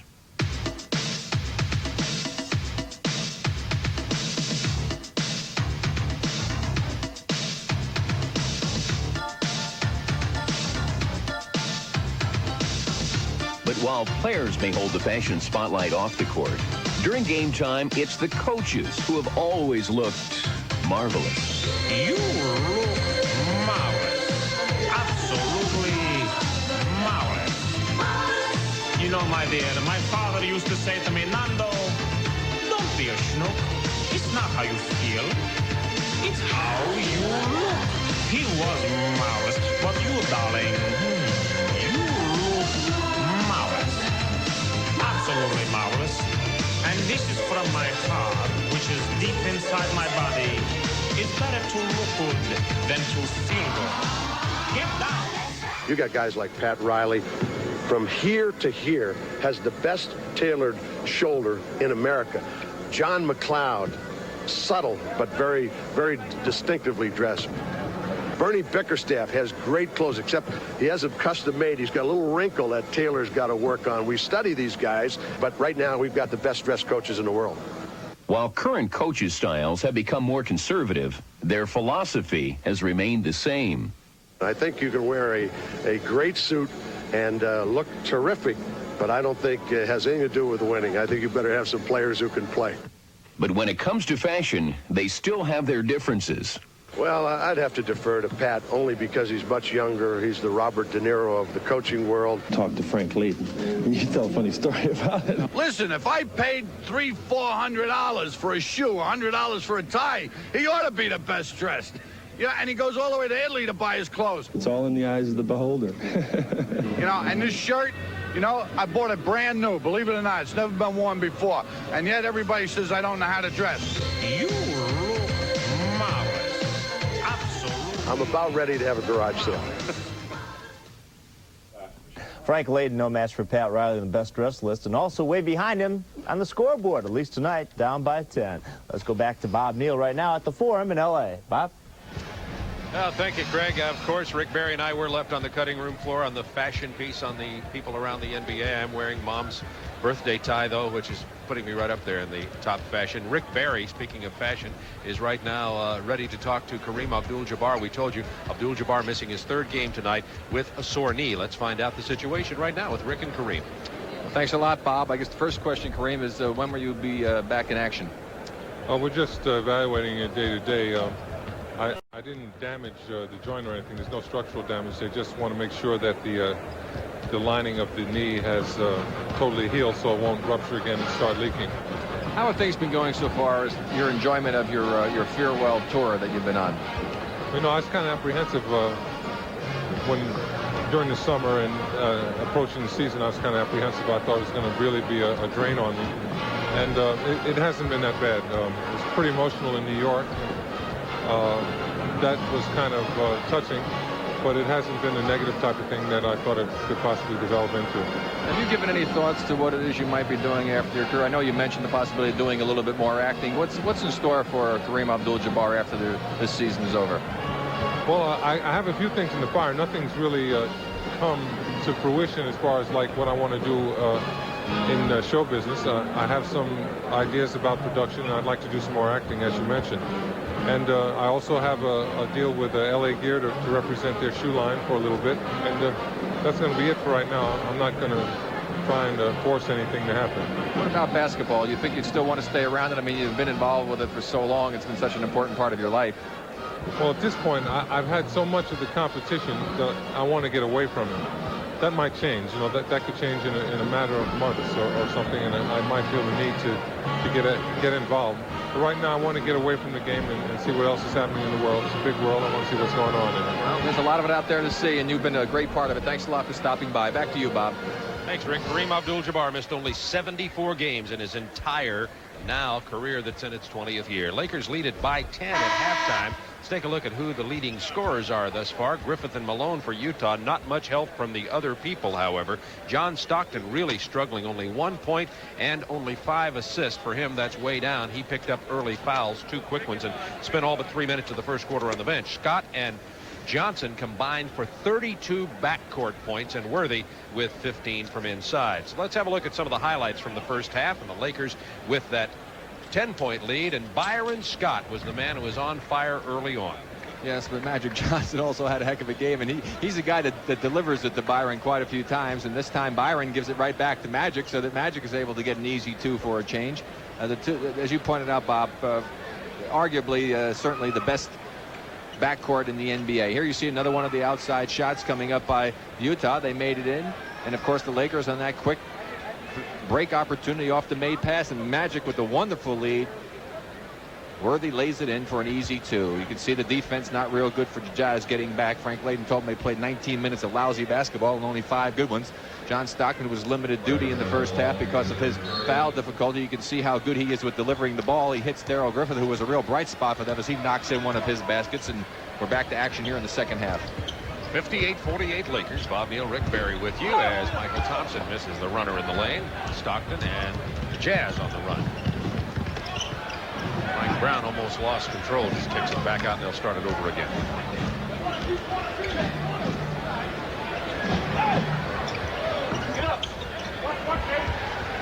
He shoots the ball much too flat, Bob, and of course that's not his specialty, hitting the outside jumper.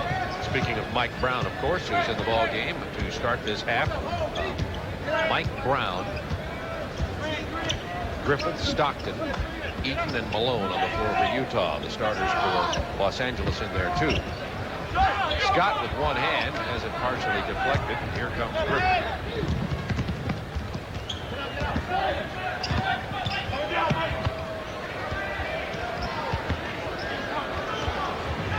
Malone with the turnaround. He's not having an all-world game this night either. Well, he's been having to shoot those type of shots all night. He has been getting a lot of easy dunks on the breaks, and that's a big part of the Utah offense. In fact, their whole break game has not been very effective here tonight. Now Magic posted against Darrell Griffin. Eyes in the back of his head. 15 points. And the eyes in front work well also. 20-second timeout for Utah. Not a very good start. Lakers up 60-48. They are the first half statistics. Quite a difference in that second period. Lakers were at 64 and 54 for the Jazz, and both of them cooled off considerably. I think the defense started to play a little bit more of a factor in it. You can see both of them shooting almost the same number of free throws, and the Lakers still holding a slight edge there in the rebounding department, but the Lakers forced a few more turnovers. Talked about those eyes in the back of the head. Here's Magic Johnson going on the isolation. Stockton thought about coming, decided not to. Magic uses the superior height advantage and is able to drill it in. Here's another angle on it. You see Magic gets the fake. He got Griffith totally out of position, turns around, throws it up nice and gently, and knocks it in for two. Utah ball. Karl Malone inbounds to John Stockton. Thurl Bailey on the bench for the Jazz with 3 personal fouls, including a technical in the first half. And that's why Mike Brown's playing in there. Rebound Magic Johnson. To Byron Scott. Scott with 21 points.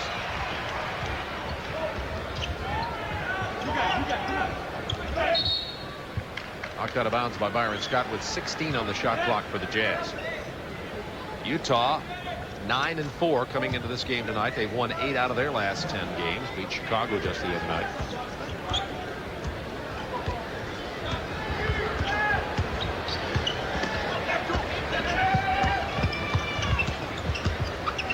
Five on the shot clock. Griffith has it blocked by A.C. Green, who tipped it out here to Scott.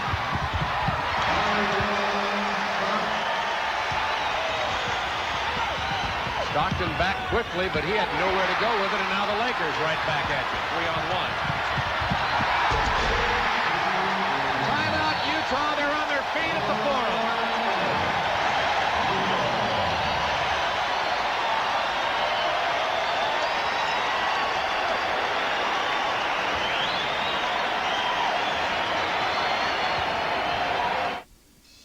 Sometimes the best way to avoid the rush is to simply slow down. You gotta stop and taste the high life. Stop, make some time, find enough. What you're working for, what it's all about. Miller High Life, brewed to be smooth, never bitter, takes time to make, time to enjoy. Stop and taste the high life. Miller High Life. My friend. Hey, we talk about playground legends. You gotta bring up a guy named Lamar Mundane. I seen him just rain jump shots on people. 4, 5, 6 shots in a row. People just started calling me Money. Because when he shot, it was money in the bank. He come down and shoot a 15-footer, everybody on the side be hollering, layup. Slam dunks are tough. But when a 35-footer come raining out the sky, it'll wire you up. When the new legends are made, they'll be wearing Reeboks. Portions of tonight's game are brought to you by Honda, who invites you to test drive the Civic 4-door at your local Honda dealer, and by MasterCard and MasterCard International. Master the possibilities. Lakers lead at 66-48. They just went on a blitz, that transition game, eating Utah alive. Well, they've been doing a great job, and of course coaches always tell the players come out aggressive in those first 5 minutes of that third period, and boy, the Lakers sure have done that on both ends of the court. And I want to tell you that you look at this statistic right here, and this really tells the story of the ball game. You must run the Lakers to be able to beat them. The Lakers have been able to run at their own discretion. 17 chances, 31 points, only 6 points off of 5 chances for Utah. That is just an incredible statistic in favor of Los Angeles. You're going to see what's going to happen on this particular play. John Stockton's a little bit out of control. You can see that Magic Johnson directed Michael Thompson to the right position, forced a bad pass. They get a turnover as a result of it. But Magic is such a floor leader out there. He does so much for this Laker team. Lakers up by 18. Left-handed hook doesn't go. Brown misses the tip in. You're going to have to get Thurl Bailey in this game for Utah. Magic's limping, Bob. Sorry to interrupt you. And that, of course, is something that everybody in this building gets very concerned about, because without Magic Johnson, the Lakers only become a good basketball team. I was going to get to that. With 8:56 to go in the third quarter, Lakers up by 18 points. Gary Vitti, the trainer for the Lakers, checking over Magic.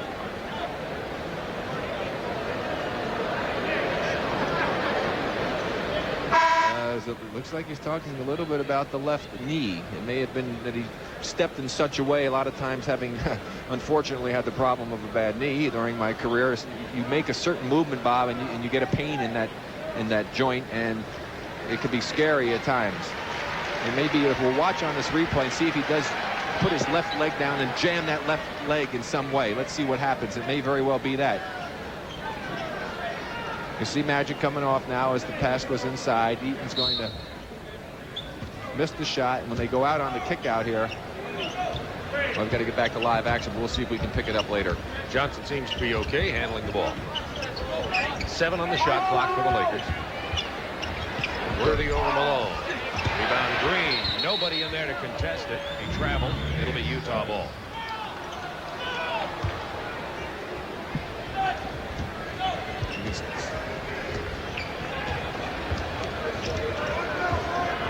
Lakers defense really giving the Jazz a problem with the inside game. Stockton, nobody to go to. So he shoots it. And they need Stockton to start making a few of those shots for them. And he can make them. Stockton's a guy who can burn it when he's so unselfish. Magic Johnson threads the needle again. We have him with 10 assists already. If they gave out PhDs in this business, he'd have one.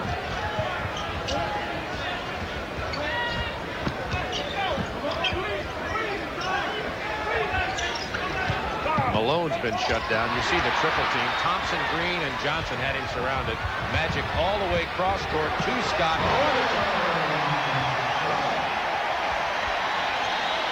Magic Johnson putting on a show. That's the biggest lead of the ball game. A 20-point bulge for the Lakers with 7:39 to go in the third quarter. Worth the price of admission.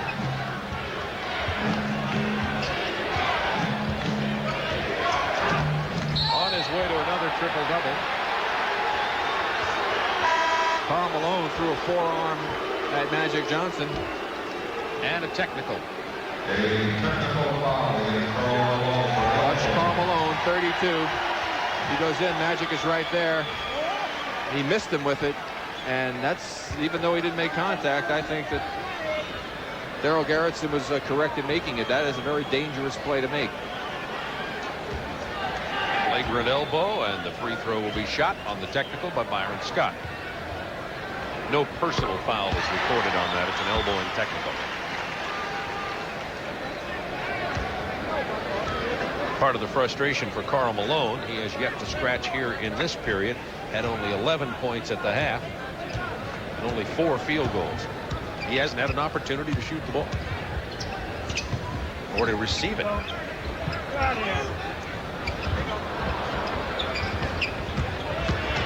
Byron Scott with 14 misses the short jumper. Rebound Malone, loose ball foul is on Byron Scott for the Lakers. Now we're going to look and see where exactly Magic twisted his knee.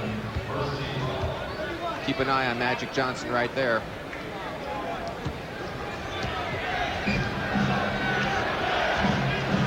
And there he twisted the knee in that little play there. Just a little bit of a twist. You can see the pain in his face as they're back to live action. Blocked by Michael Thompson. Thurl Bailey got the dish from Stockton. Thompson jammed it right back at it. Lakers by 21 and a chance to build on that lead. Looking like the finely tuned machine they are here tonight. Scott with his own rebound. He has 30 points. Well, the Jazz have lost 11 straight games here in the regular season to the Lakers, and they're certainly on the verge of making it an even dozen. Scott's single game high total this year is 33 points. So he's certainly in range of that easily here early in the third quarter. In this quarter, we're talking about Malone having trouble scoring. He hasn't scored yet. He's only touched the ball twice offensively in the quarter. Well, the Lakers are doing a great job with their defense, preventing the Jazz from getting an inside game established. They're shooting mostly from the perimeter. And again, Karl gets a lot of points off of the running game of the Jazz, which has really been almost non-existent, as you saw by that statistic just a while ago. Bailey with the free throw. It'll be Jazz ball with 6:23 to go in the third. Lakers by 22.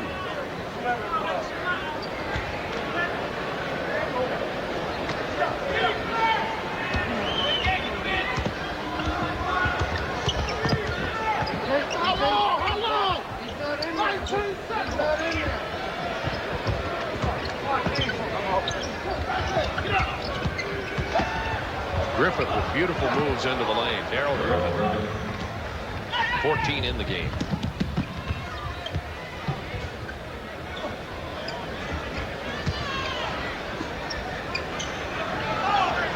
Griffith with his hands full of Magic Johnson gets help from Eaton, and he makes him pay for that. Got the pass into Thompson as Eaton came over on the double team. Well, I guarantee you go and double Magic Johnson, he's going to find the open man someplace on the court. Doesn't make any difference where he is. Magic has a way of finding him. And Malone had to foul. That's 2. Thompson goes to the free throw line. Thompson's been playing pretty well in place of Kareem Abdul-Jabbar. Had 8 points, 11 rebounds, which is high for the year for him Wednesday in 35 minutes.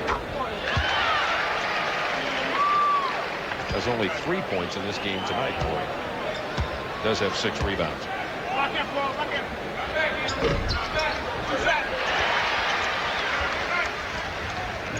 Lakers back by 22.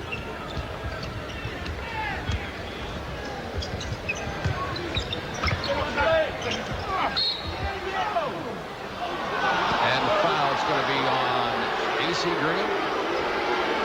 Yes. His second. Worthy has 3 for the Lakers, as does Byron Scott.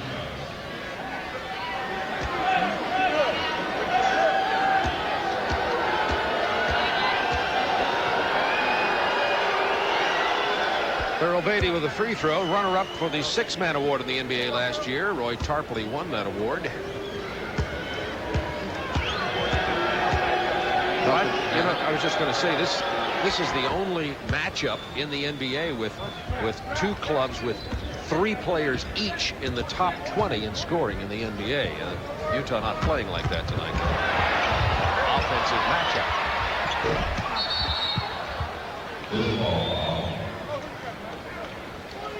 And Michael Thompson pushing off, trying to go for the offensive rebound. So that's his third.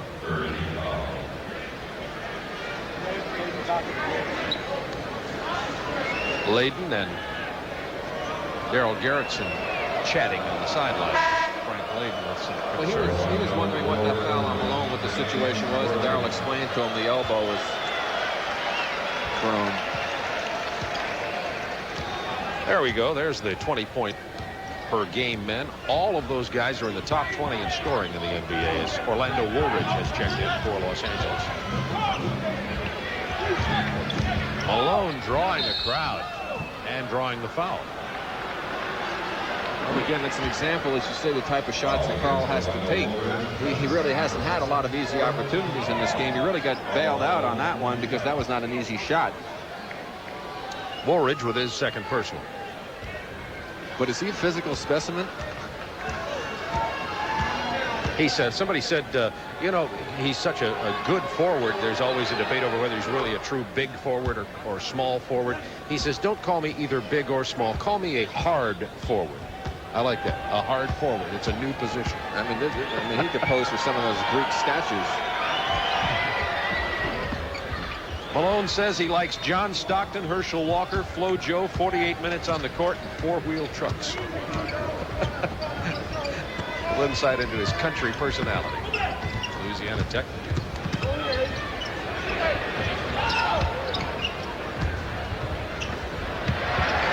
Byron Scott. AC Green missed the tip-in attempt, lost out of bounds off Eaton. Eaton having real hand troubles tonight. Oh, Seattle. 50-point victory over the Clippers. Cooper in for Scott. Scott takes a rest with 30 points. Yeah, but Bob, the defense wasn't very good. They gave up 104.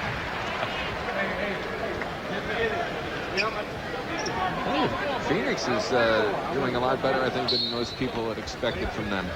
Happy for Cotton Fitzsimmons.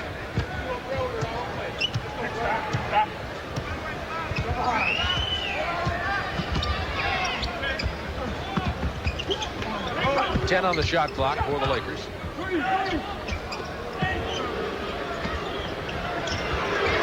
Cooper with 4 on the shot clock. Eaton with the rebound.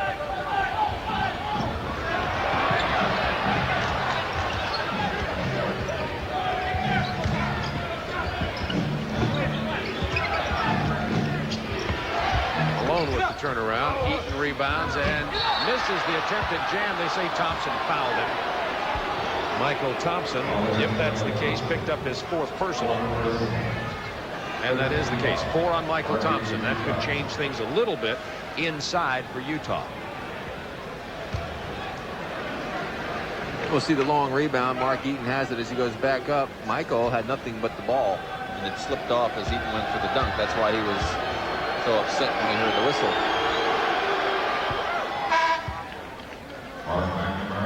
Mark's a 68% free throw shooter. Here's Mark McNamara into the ball game for Los Angeles. McNamara came over from the 76ers.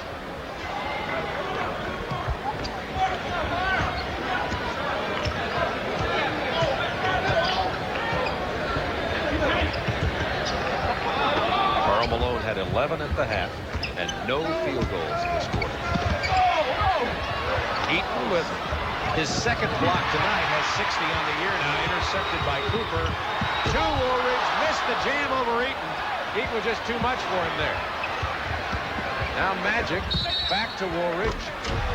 3 seconds in the lane, turnover, ball goes to Utah. And Utah has cut the Laker lead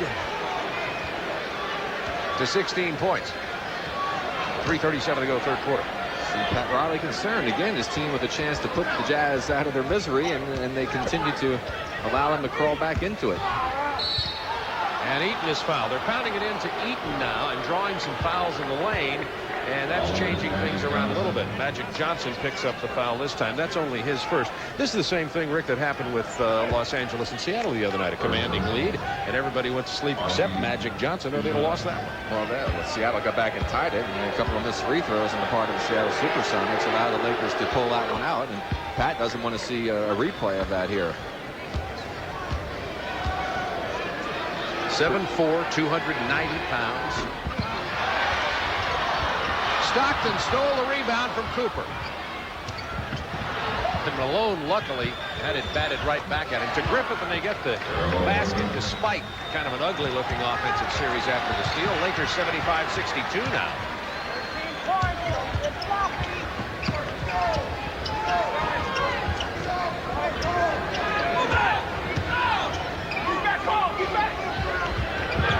Cooper for 3. And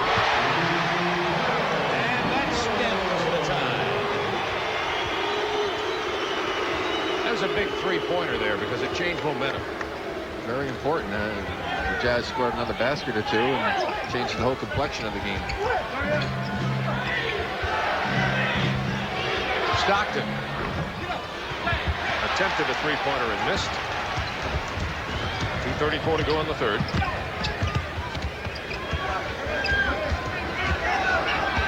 They've cleared the side for Magic. They want to get an illegal defense call. Didn't get it. Kicked out of bounds. 9 on the shot clock. And now Jim Les is coming into the ball game when we come back after the Lakers timeout.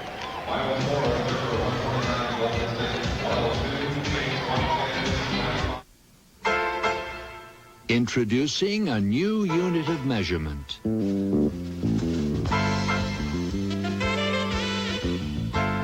The new Honda Civic 4-door sedan. It's easy to use. Just put the car you're interested in buying next to the new Civic 4-door and see if it measures up.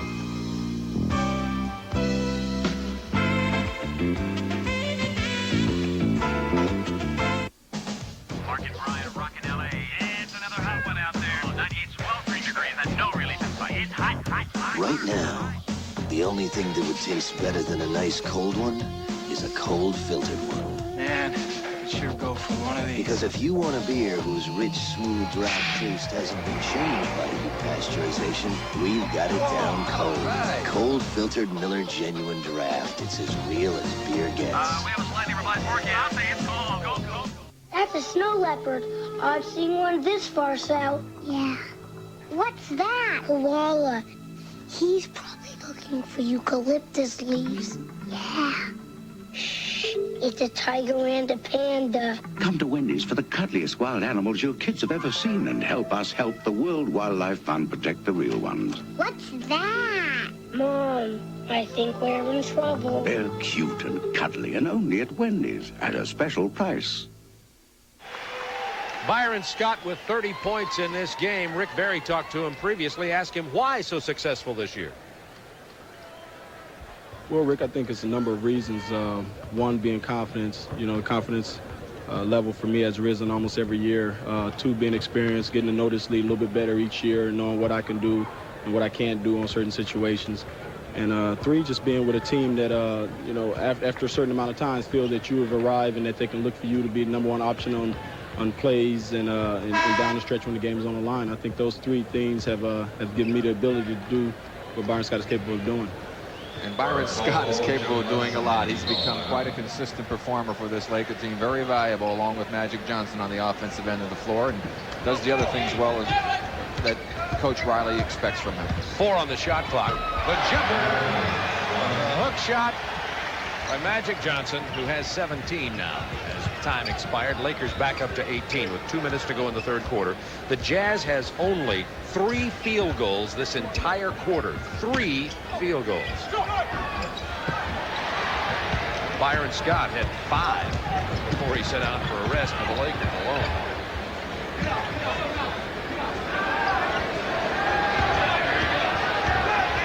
Here's the double team. Kofod into the ball game for Utah. They reverse it to Woolridge. Rebound Bailey. Malone on the break, misses the trip shot. The Lakers were back again, though. He was contested on it. Magic misses the 3. I thought he'd try another one. Kicks it to A.C. Green. And then gets the rebound. 9 rebounds. Magic Johnson a rebound away from a triple-double.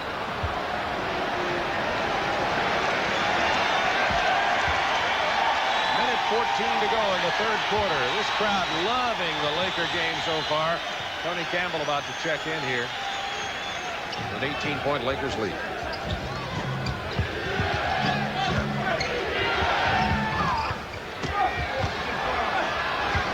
Malone with a rebound in the stick back. His first field goal of this quarter. He has 15.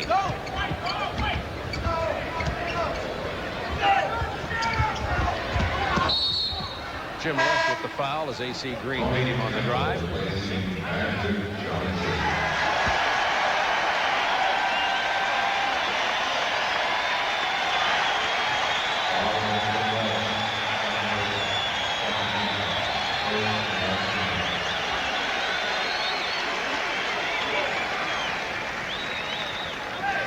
Magic gets a rest with 44 seconds to go in the quarter. And Bob, if there's ever a guy that deserves a rest at any time, it's Magic. There are his numbers for tonight.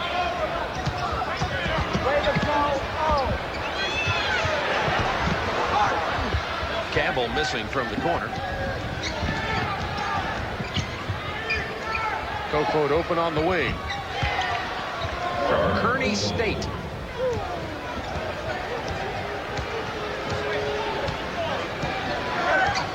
Lakers up by 14 with 18 in the period.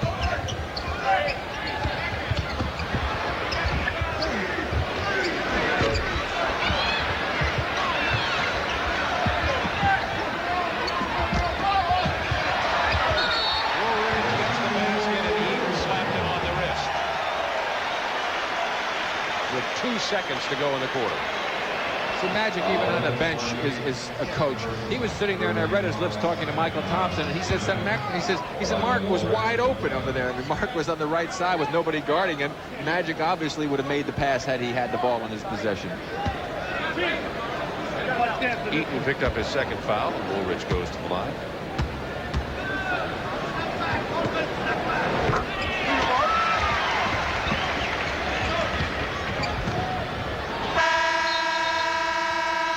At the end of 3, the Lakers 83, the Jazz 66 from the Forum in Los Angeles.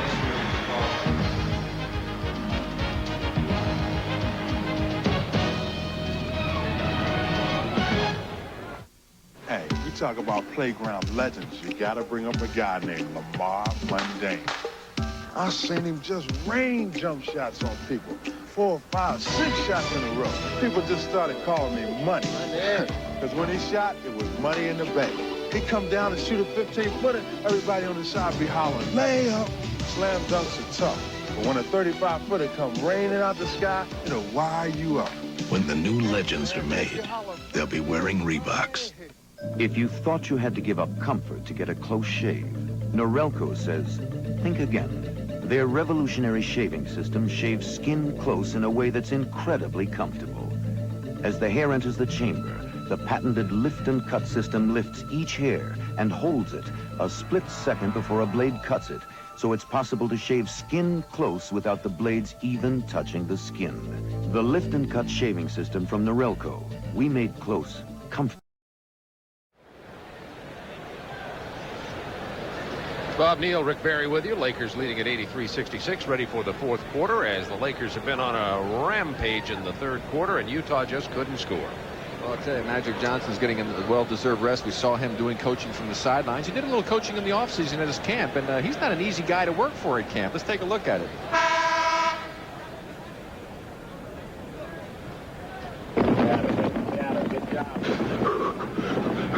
Man, wait a minute. When I say hustle, what that means? Give me 5. 1, 2, 3, go! Read the defense. Hold. How many times I gotta repeat myself? Are we ready to play defense? Yes, we are! If the Lakers did not follow directions, we wouldn't be the world champions. You understand? Yes! I understand he's about as tough on his own teammates. At practice, during the game, always vigilant. Mike Brown inside, gets McNamara outboard, and then Campbell blocks it.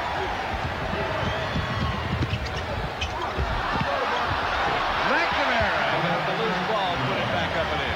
Well, Frank Layden's gone to the bench, and if these players don't cut this lead down drastically, I doubt if we're going to see any of the key players for Utah the rest of this ball game. The same thing probably from the Lakers. Les Kofod, Eric Lechner, Ortiz, and Brown in there for Utah. I would say, Bob, that before too long, if things continue to go the way they are, we're going to have an opportunity to get to see some of the other Laker players we don't see very often, and look at what happened to the Jazz with their shooting percentage. Also, the Lakers didn't do all that much better, but they got a lot of easier opportunities than the ones that they did get, and they did, of course, get to the line. Les almost had the steal. The bounce pass from Woolridge into McNamara. He's fouled by Mike Brown. The Lakers have Cooper, Woolridge, McNamara, Worthy, and Campbell on the floor right now. Kind of a restless Forum crowd. They expected, as did we, a closer ball game here tonight. But this has not been a good night. I mean, there's been a lot of major blowouts tonight. It must be one of those nights. There's something about the moon. I don't know. McNamara, West Coast youngster.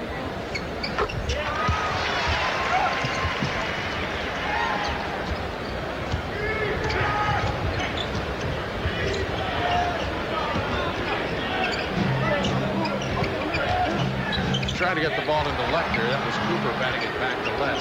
Lechner, the #1 draft choice. Stolen by Woolridge. Bad pass from Ortiz, who fouled Worthy on the break. Ortiz was last year's #1 draft choice. He played for Zaragoza in Spain. I wouldn't be surprised if Pat Riley go to his bench relatively quickly here. The way this game is liable to transpire, I know he would hate to see somebody like James Worthy or Michael Cooper, one of his key players, get injured in a game that is really totally in control for the Lakers right now. Worthy with 16 in the game and 17.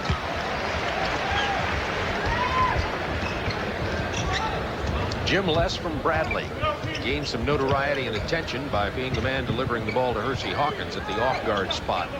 And Bradley played for Stan Albeck there. Ortiz rounds it inside and scores. First point of the ball game for Jose Ortiz. Played at Oregon State.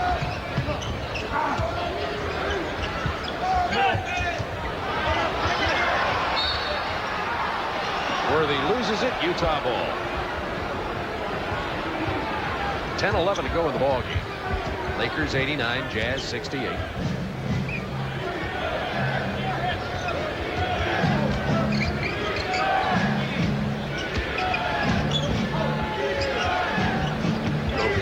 Off a baseline screen, back to Mike Brown. 4 on the shot clock. Brown off the glass from Kofar. I'm really surprised because Byron Scott's going through the scorer's table to report back in this ball game. And obviously Pat doesn't feel real comfortable. I guess after the last game you played, you see an 18-point lead go out the window, you get a little bit more conservative. It's a 19-point Laker lead right now, 9:42 to go. Scott back in the ball game. Cooper, Scott, Woolridge, McNamara, and Worthy for the Lakers on the floor. Wide open McNamara had a mismatch inside with Kofod. He missed the layup. He rushed it a little bit.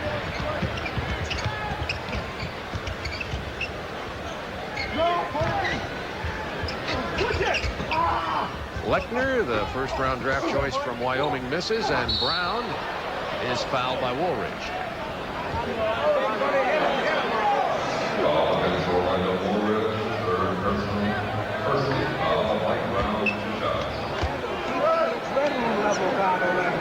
Two shots for Mike Brown.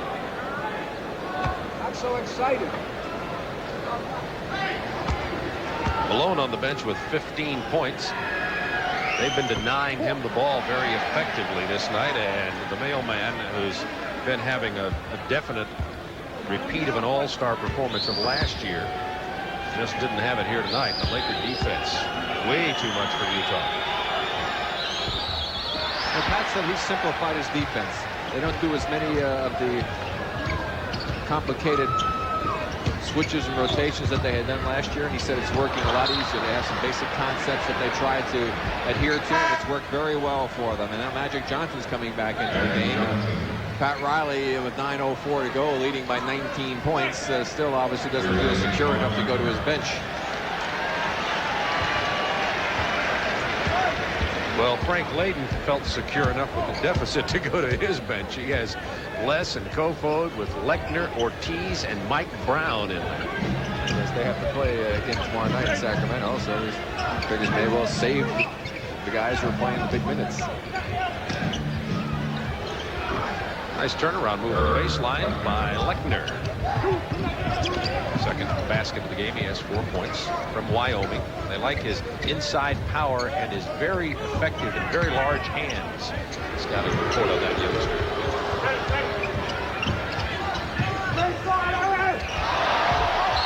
Woolridge tries for the jam, is fouled by Brown.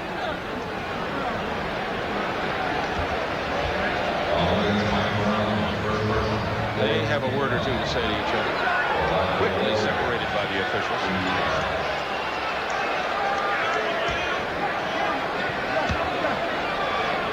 We'll watch the move coming up again as Magic throws a spectacular pass inside. And a good hammer job by Brown against Orlando. And Orlando had a few things to say to Mr. Brown, who thought he was just coming over to pat him and say, it's okay. But that's not what he said.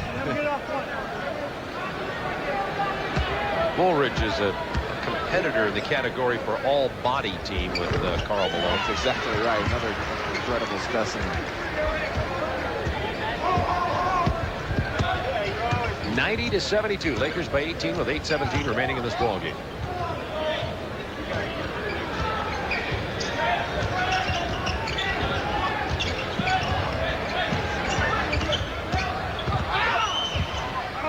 Kofod with the miss. Lechner with the stick back. 16-point lead, 90-74. I don't sense that the Laker lead is threatened. Worthy tips in the miss by Cooper. Worthy with 19. Approaching his 21.9 average.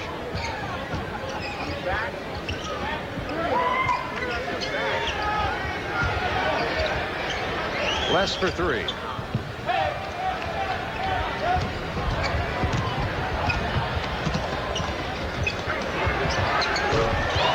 Byron Scott now has 32, one shy of his season high of 33.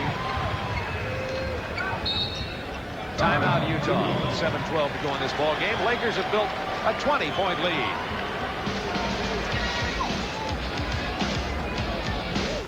Every year, these fifth graders read hundreds of books.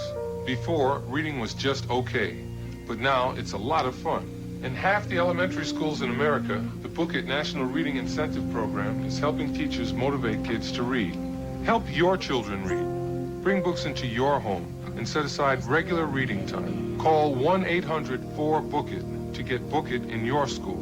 Hey, reading really is fun, right? Right. Okay, read. That's a snow leopard. I've seen one this far south. Yeah. What's that? Koala. He's probably looking for eucalyptus leaves. Yeah. Shh. It's a tiger and a panda. Come to Wendy's for the cuddliest wild animals your kids have ever seen and help us help the World Wildlife Fund protect the real ones. What's that? Mom, I think we're in trouble. They're cute and cuddly and only at Wendy's at a special price. The NBA Leaders, brought to you by Honda, first in import owner loyalty for the last 11 years.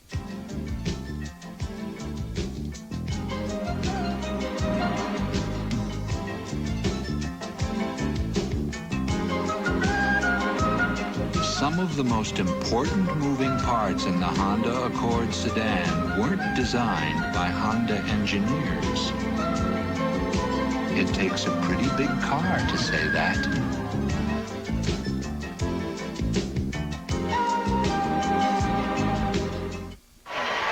Here are the Honda leaders in assists. You see Stockton leading the league, but tonight Stockton has only 6 assists.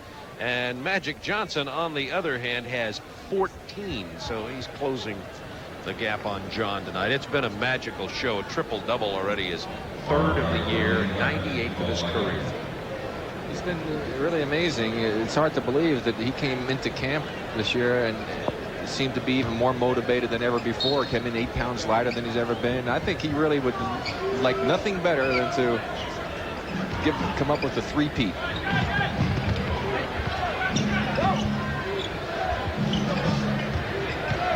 Ortiz over Magic Johnson, but not over the backboard.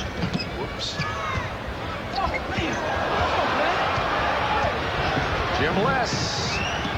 Blocked by Cooper. Ortiz gets the basket and counted. He'll go to the line. The Laker fans love that block by Cooper.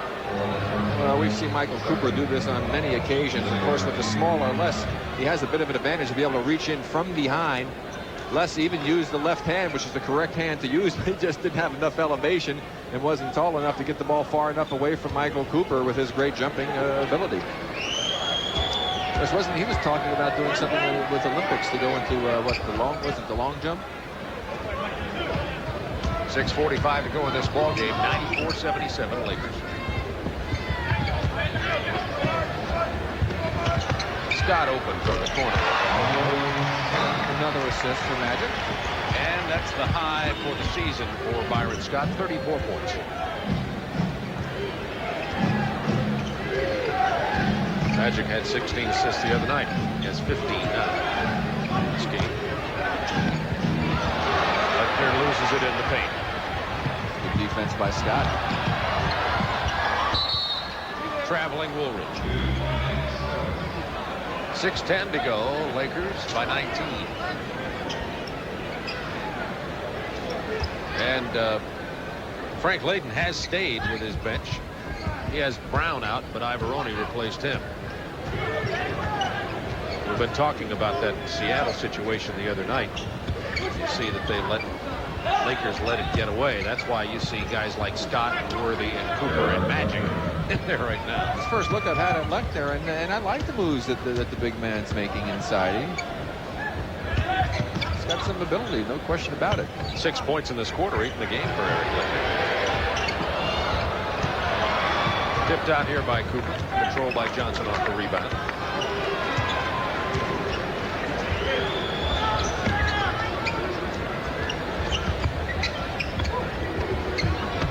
Those one-touch passes by the Lakers. Controlling the boards to Woolridge is fouled by Lechner. Had the inside position.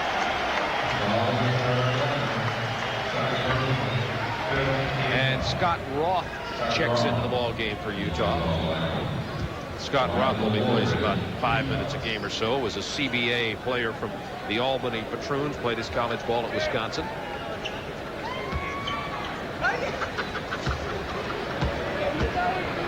Utah not a deep team. They're strong 1 through 7, but not so after that. As we pointed out a few minutes ago, there's that triple-double. 17, 11, and 15. His 98th career, 3rd of the season.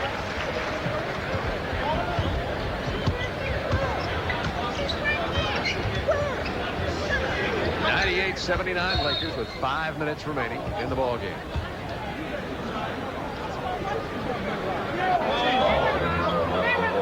Woolridge called for the personal. That's 4 for him. And Frank Layden just walked down the bench over across the way to talk to his starters, who are sitting on the bench watching this blowout. John McEnroe stopping by our booth here to chat with Rick Barry, but we should get John to sit down and chat with us about tennis with this kind of blowout. Magic Johnson with the turnover on the break to Woolridge. He's fouled. Orlando is trying desperately to come up with a jab, isn't he? The lights have gone out. Our monitors have failed us here at our broadcast table. The lights went out on Utah a little earlier than they did on us with our telecast here tonight. 4:48 remaining in this one. Maybe it's better we don't see this. You might call it R-rated. But the Lakers, who came into the game 10-3, now go to 11-3. I don't want to tell what happened on that bout. I happened to stick my foot on the switch under the table.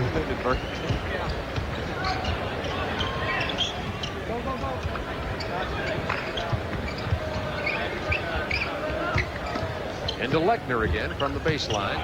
Rebound, Johnson. Look at that overhead pass behind the back, stripped away from Woolridge. That was a good move. He just forgot the ball. Scott Roth gets the bucket from the wing. His first points in the ball game. I'm serious, Bob. I am flabbergasted that Pat's kept these players in this long. He may be giving them a message about letting a lead go away as they did against Seattle. I agree. I was thinking the same thing. That maybe he's going to say, hey, fellas, you know, if we're going to do that against some of these teams, we're going to have to learn to play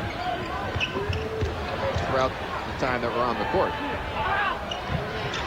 Worthy with the rebound. Stolen by Roth.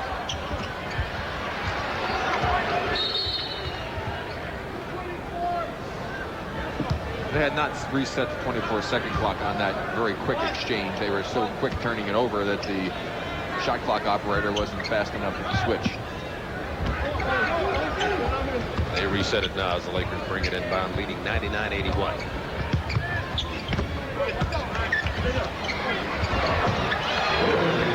Worthy now has 21, right at his average.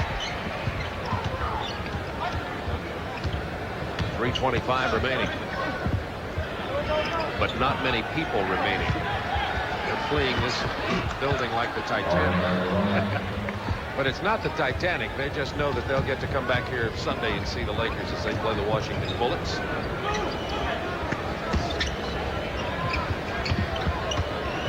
Good opportunity on this kind of blowout for Kareem Abdul-Jabbar to rest his sore knee. He did not suit up nor play in this ballgame, but should be back shortly. It's kind of a day-to-day situation. He banged it on the knee of his teammate A.C. Green and developed some swelling. That's why they had him sit out, had to drain some fluid from the knee. And I think Pat Riley's going to make some substitutions coming up here shortly. We saw Tony Campbell and David Rivers get up off the bench.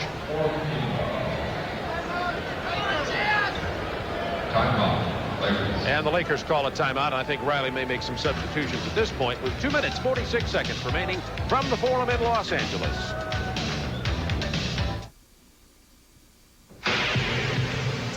Pure, genuine, never heat pasteurized.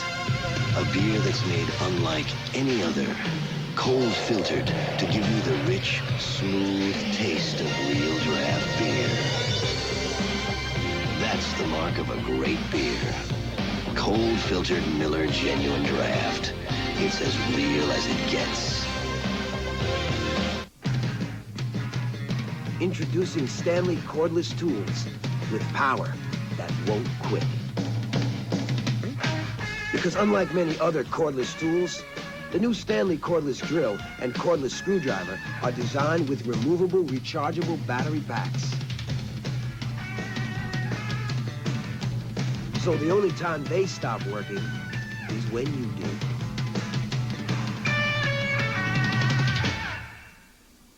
Polaroid Spectra System. Because you want it now, and you want it good. Right now. Get it now. Polaroid Spectra System. Picture this. Clear pictures. Bright pictures. Sharp pictures. Now has never looked better. Now, no time to wait, no time to wait. Now, Polaroid Spectra System, get it. Now. Tonight's Polaroid Picture Perfect Play is brought to you by the new Polaroid Impulse camera. If you're ready for really incredible pictures, go with your Impulse. Well, you see Magic Johnson getting the rebound. He's going to take it out. He's going to kick it over to Byron Scott. Byron makes the move inside as he gets around Darrell Griffin. Back to Magic and snap that impulse right there. See Magic Johnson get one of his points on the way to another triple-double. Third of the year for Magic Johnson. 3 steals involved in the night also. And on the floor for Los Angeles now, David Rivers, the Lakers' only draft choice this year of Notre Dame, of course. To go with Cooper, Tony Campbell, and Mark McNamara. Kofod, Roth, Lechner, Ivaroni, and Les. Jeff Lamp, is Jeff Lamp hurt? Jeff Lamp has not been in this ball game.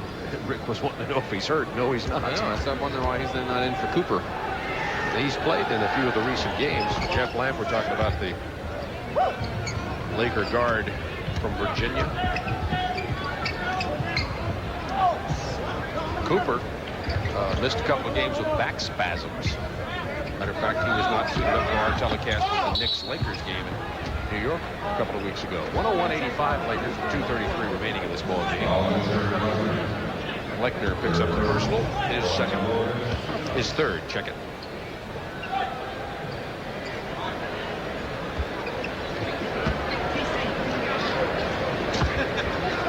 Orlando Woolridge signed as a free agent from New Jersey on August 10th with the Lakers, as if the Lakers needed to add some depth.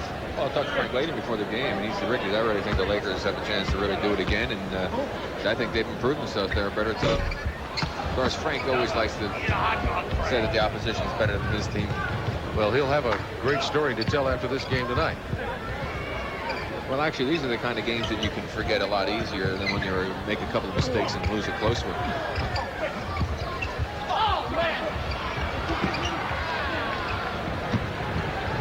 Campbell to David Rivers. Leading scorer for Notre Dame last year. He's been struggling in his entry into the NBA. Some people thought he was too small to play in the league, and his size is a bit of a problem for him. Campbell from the range. Tony Campbell.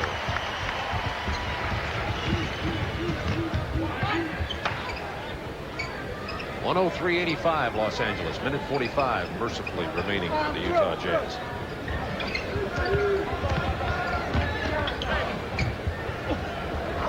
Lechner, nice turnaround baseline jumper. He's sunk 3 of those tonight and has 12 in this game.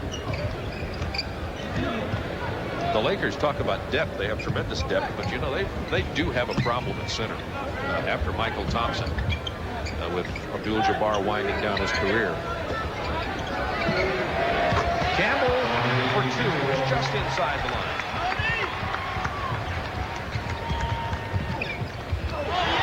David Rivers blocks Jim Less.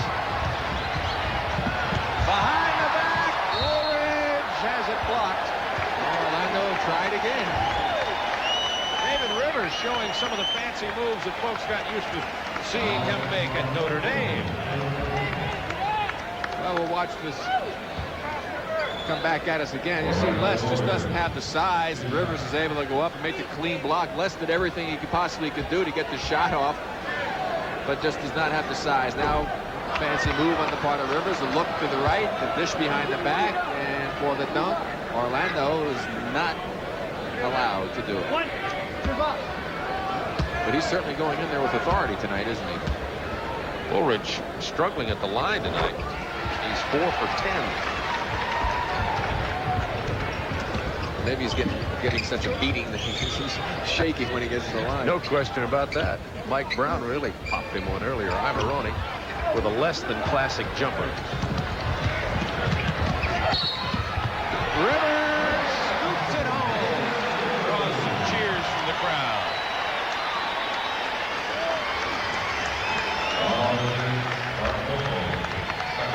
Well, they'll get some video replays for his highlight film from this game anyway. There he knifes his way through. Our cameraman always gets destroyed.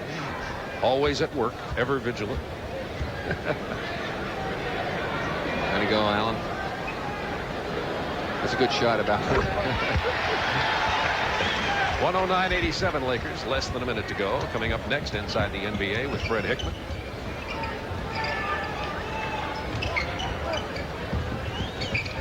Fred pumping down the coffee here for his late night edition of Inside the NBA. That's right. You just to talk about all those blowouts.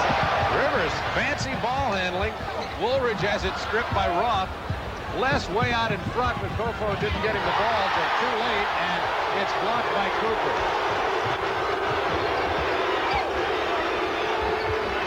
Campbell to Woolridge, and this time nobody fouled him. He still wanted that dunk, but he had to turn to the outside. Well, the remaining faithful here getting some showtime from the Laker reserves. David Rivers running the ball up and down the court easily. Pass knocked away and out of bounds. Last touch for the Lakers. 111-89. That's the type of play where the shooter, Jim Les, actually thinks that the defender jumps out of the sky, because when he turned around, Cooper wasn't there. Then all of a sudden, boom. Roth has it. 10 seconds left in the game. Under to Ivoroni. He's there, puts it up, and puts it in. A foul is on Woolridge. Good pump fake by Ivoroni. More kids ought to practice the pump fake. It's one of the most lethal weapons in all of the game. I don't care at what level of ball you're playing either. Absolutely, because it does two things for you. It really does wonders for you offensively as far as freezing the defender, but it also enables you, the offensive player, to gather your body. Sometimes you're out of control, and that little hit fake gives you time to gather control of your body. Report on Kareem as we'll televise it and broadcast it on these same stations Sunday when Washington's here. The free throw completes the three-point play. The report is they'll look at him again tomorrow and decide whether or not he can play Sunday. Nice pass all the way under Cooper to McNamara, who slams it. This ball game is over. The Lakers win the ball game as the final shot by Les doesn't count. The Lakers a convincing win over Utah, 113-92, and the Lakers stay undefeated on the home floor, 5-0, and now 11 on the year on the world champion Lakers Basketball Network.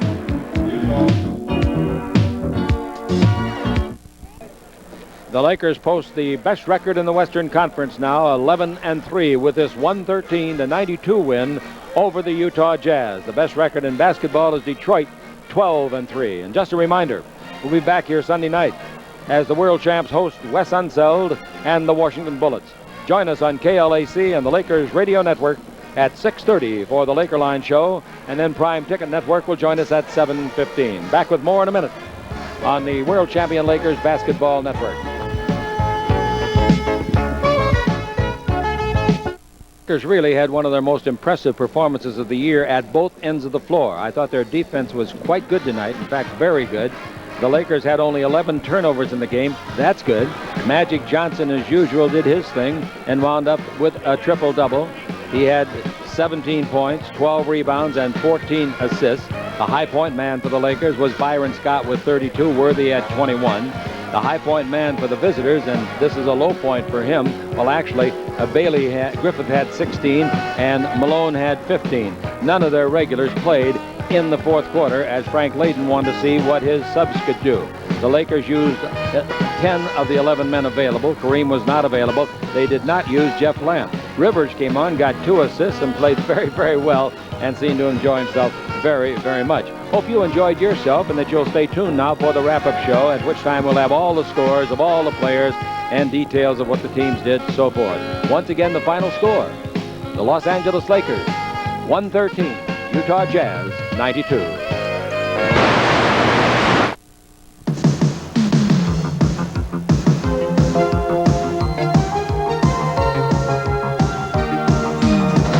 Prime Ticket has presented the back-to-back world champion Los Angeles Lakers. Brought to you by Toyota. Quality right down the line. Who could ask for anything more? By Miller Genuine Draft. Brewed to be smooth, never bitter. Takes time to make, time to enjoy. By Discount Tire Centers, one of the leading Michelin dealers serving your tire, brake, shock, and alignment needs. By Great Western's family of companies with over $30 billion in assets. 100 years strong, we'll always be there. By Carl's Jr. Restaurants with many convenient locations. The choice is yours. And by Avis Rent-A-Car. Remember, make your other car an Avis.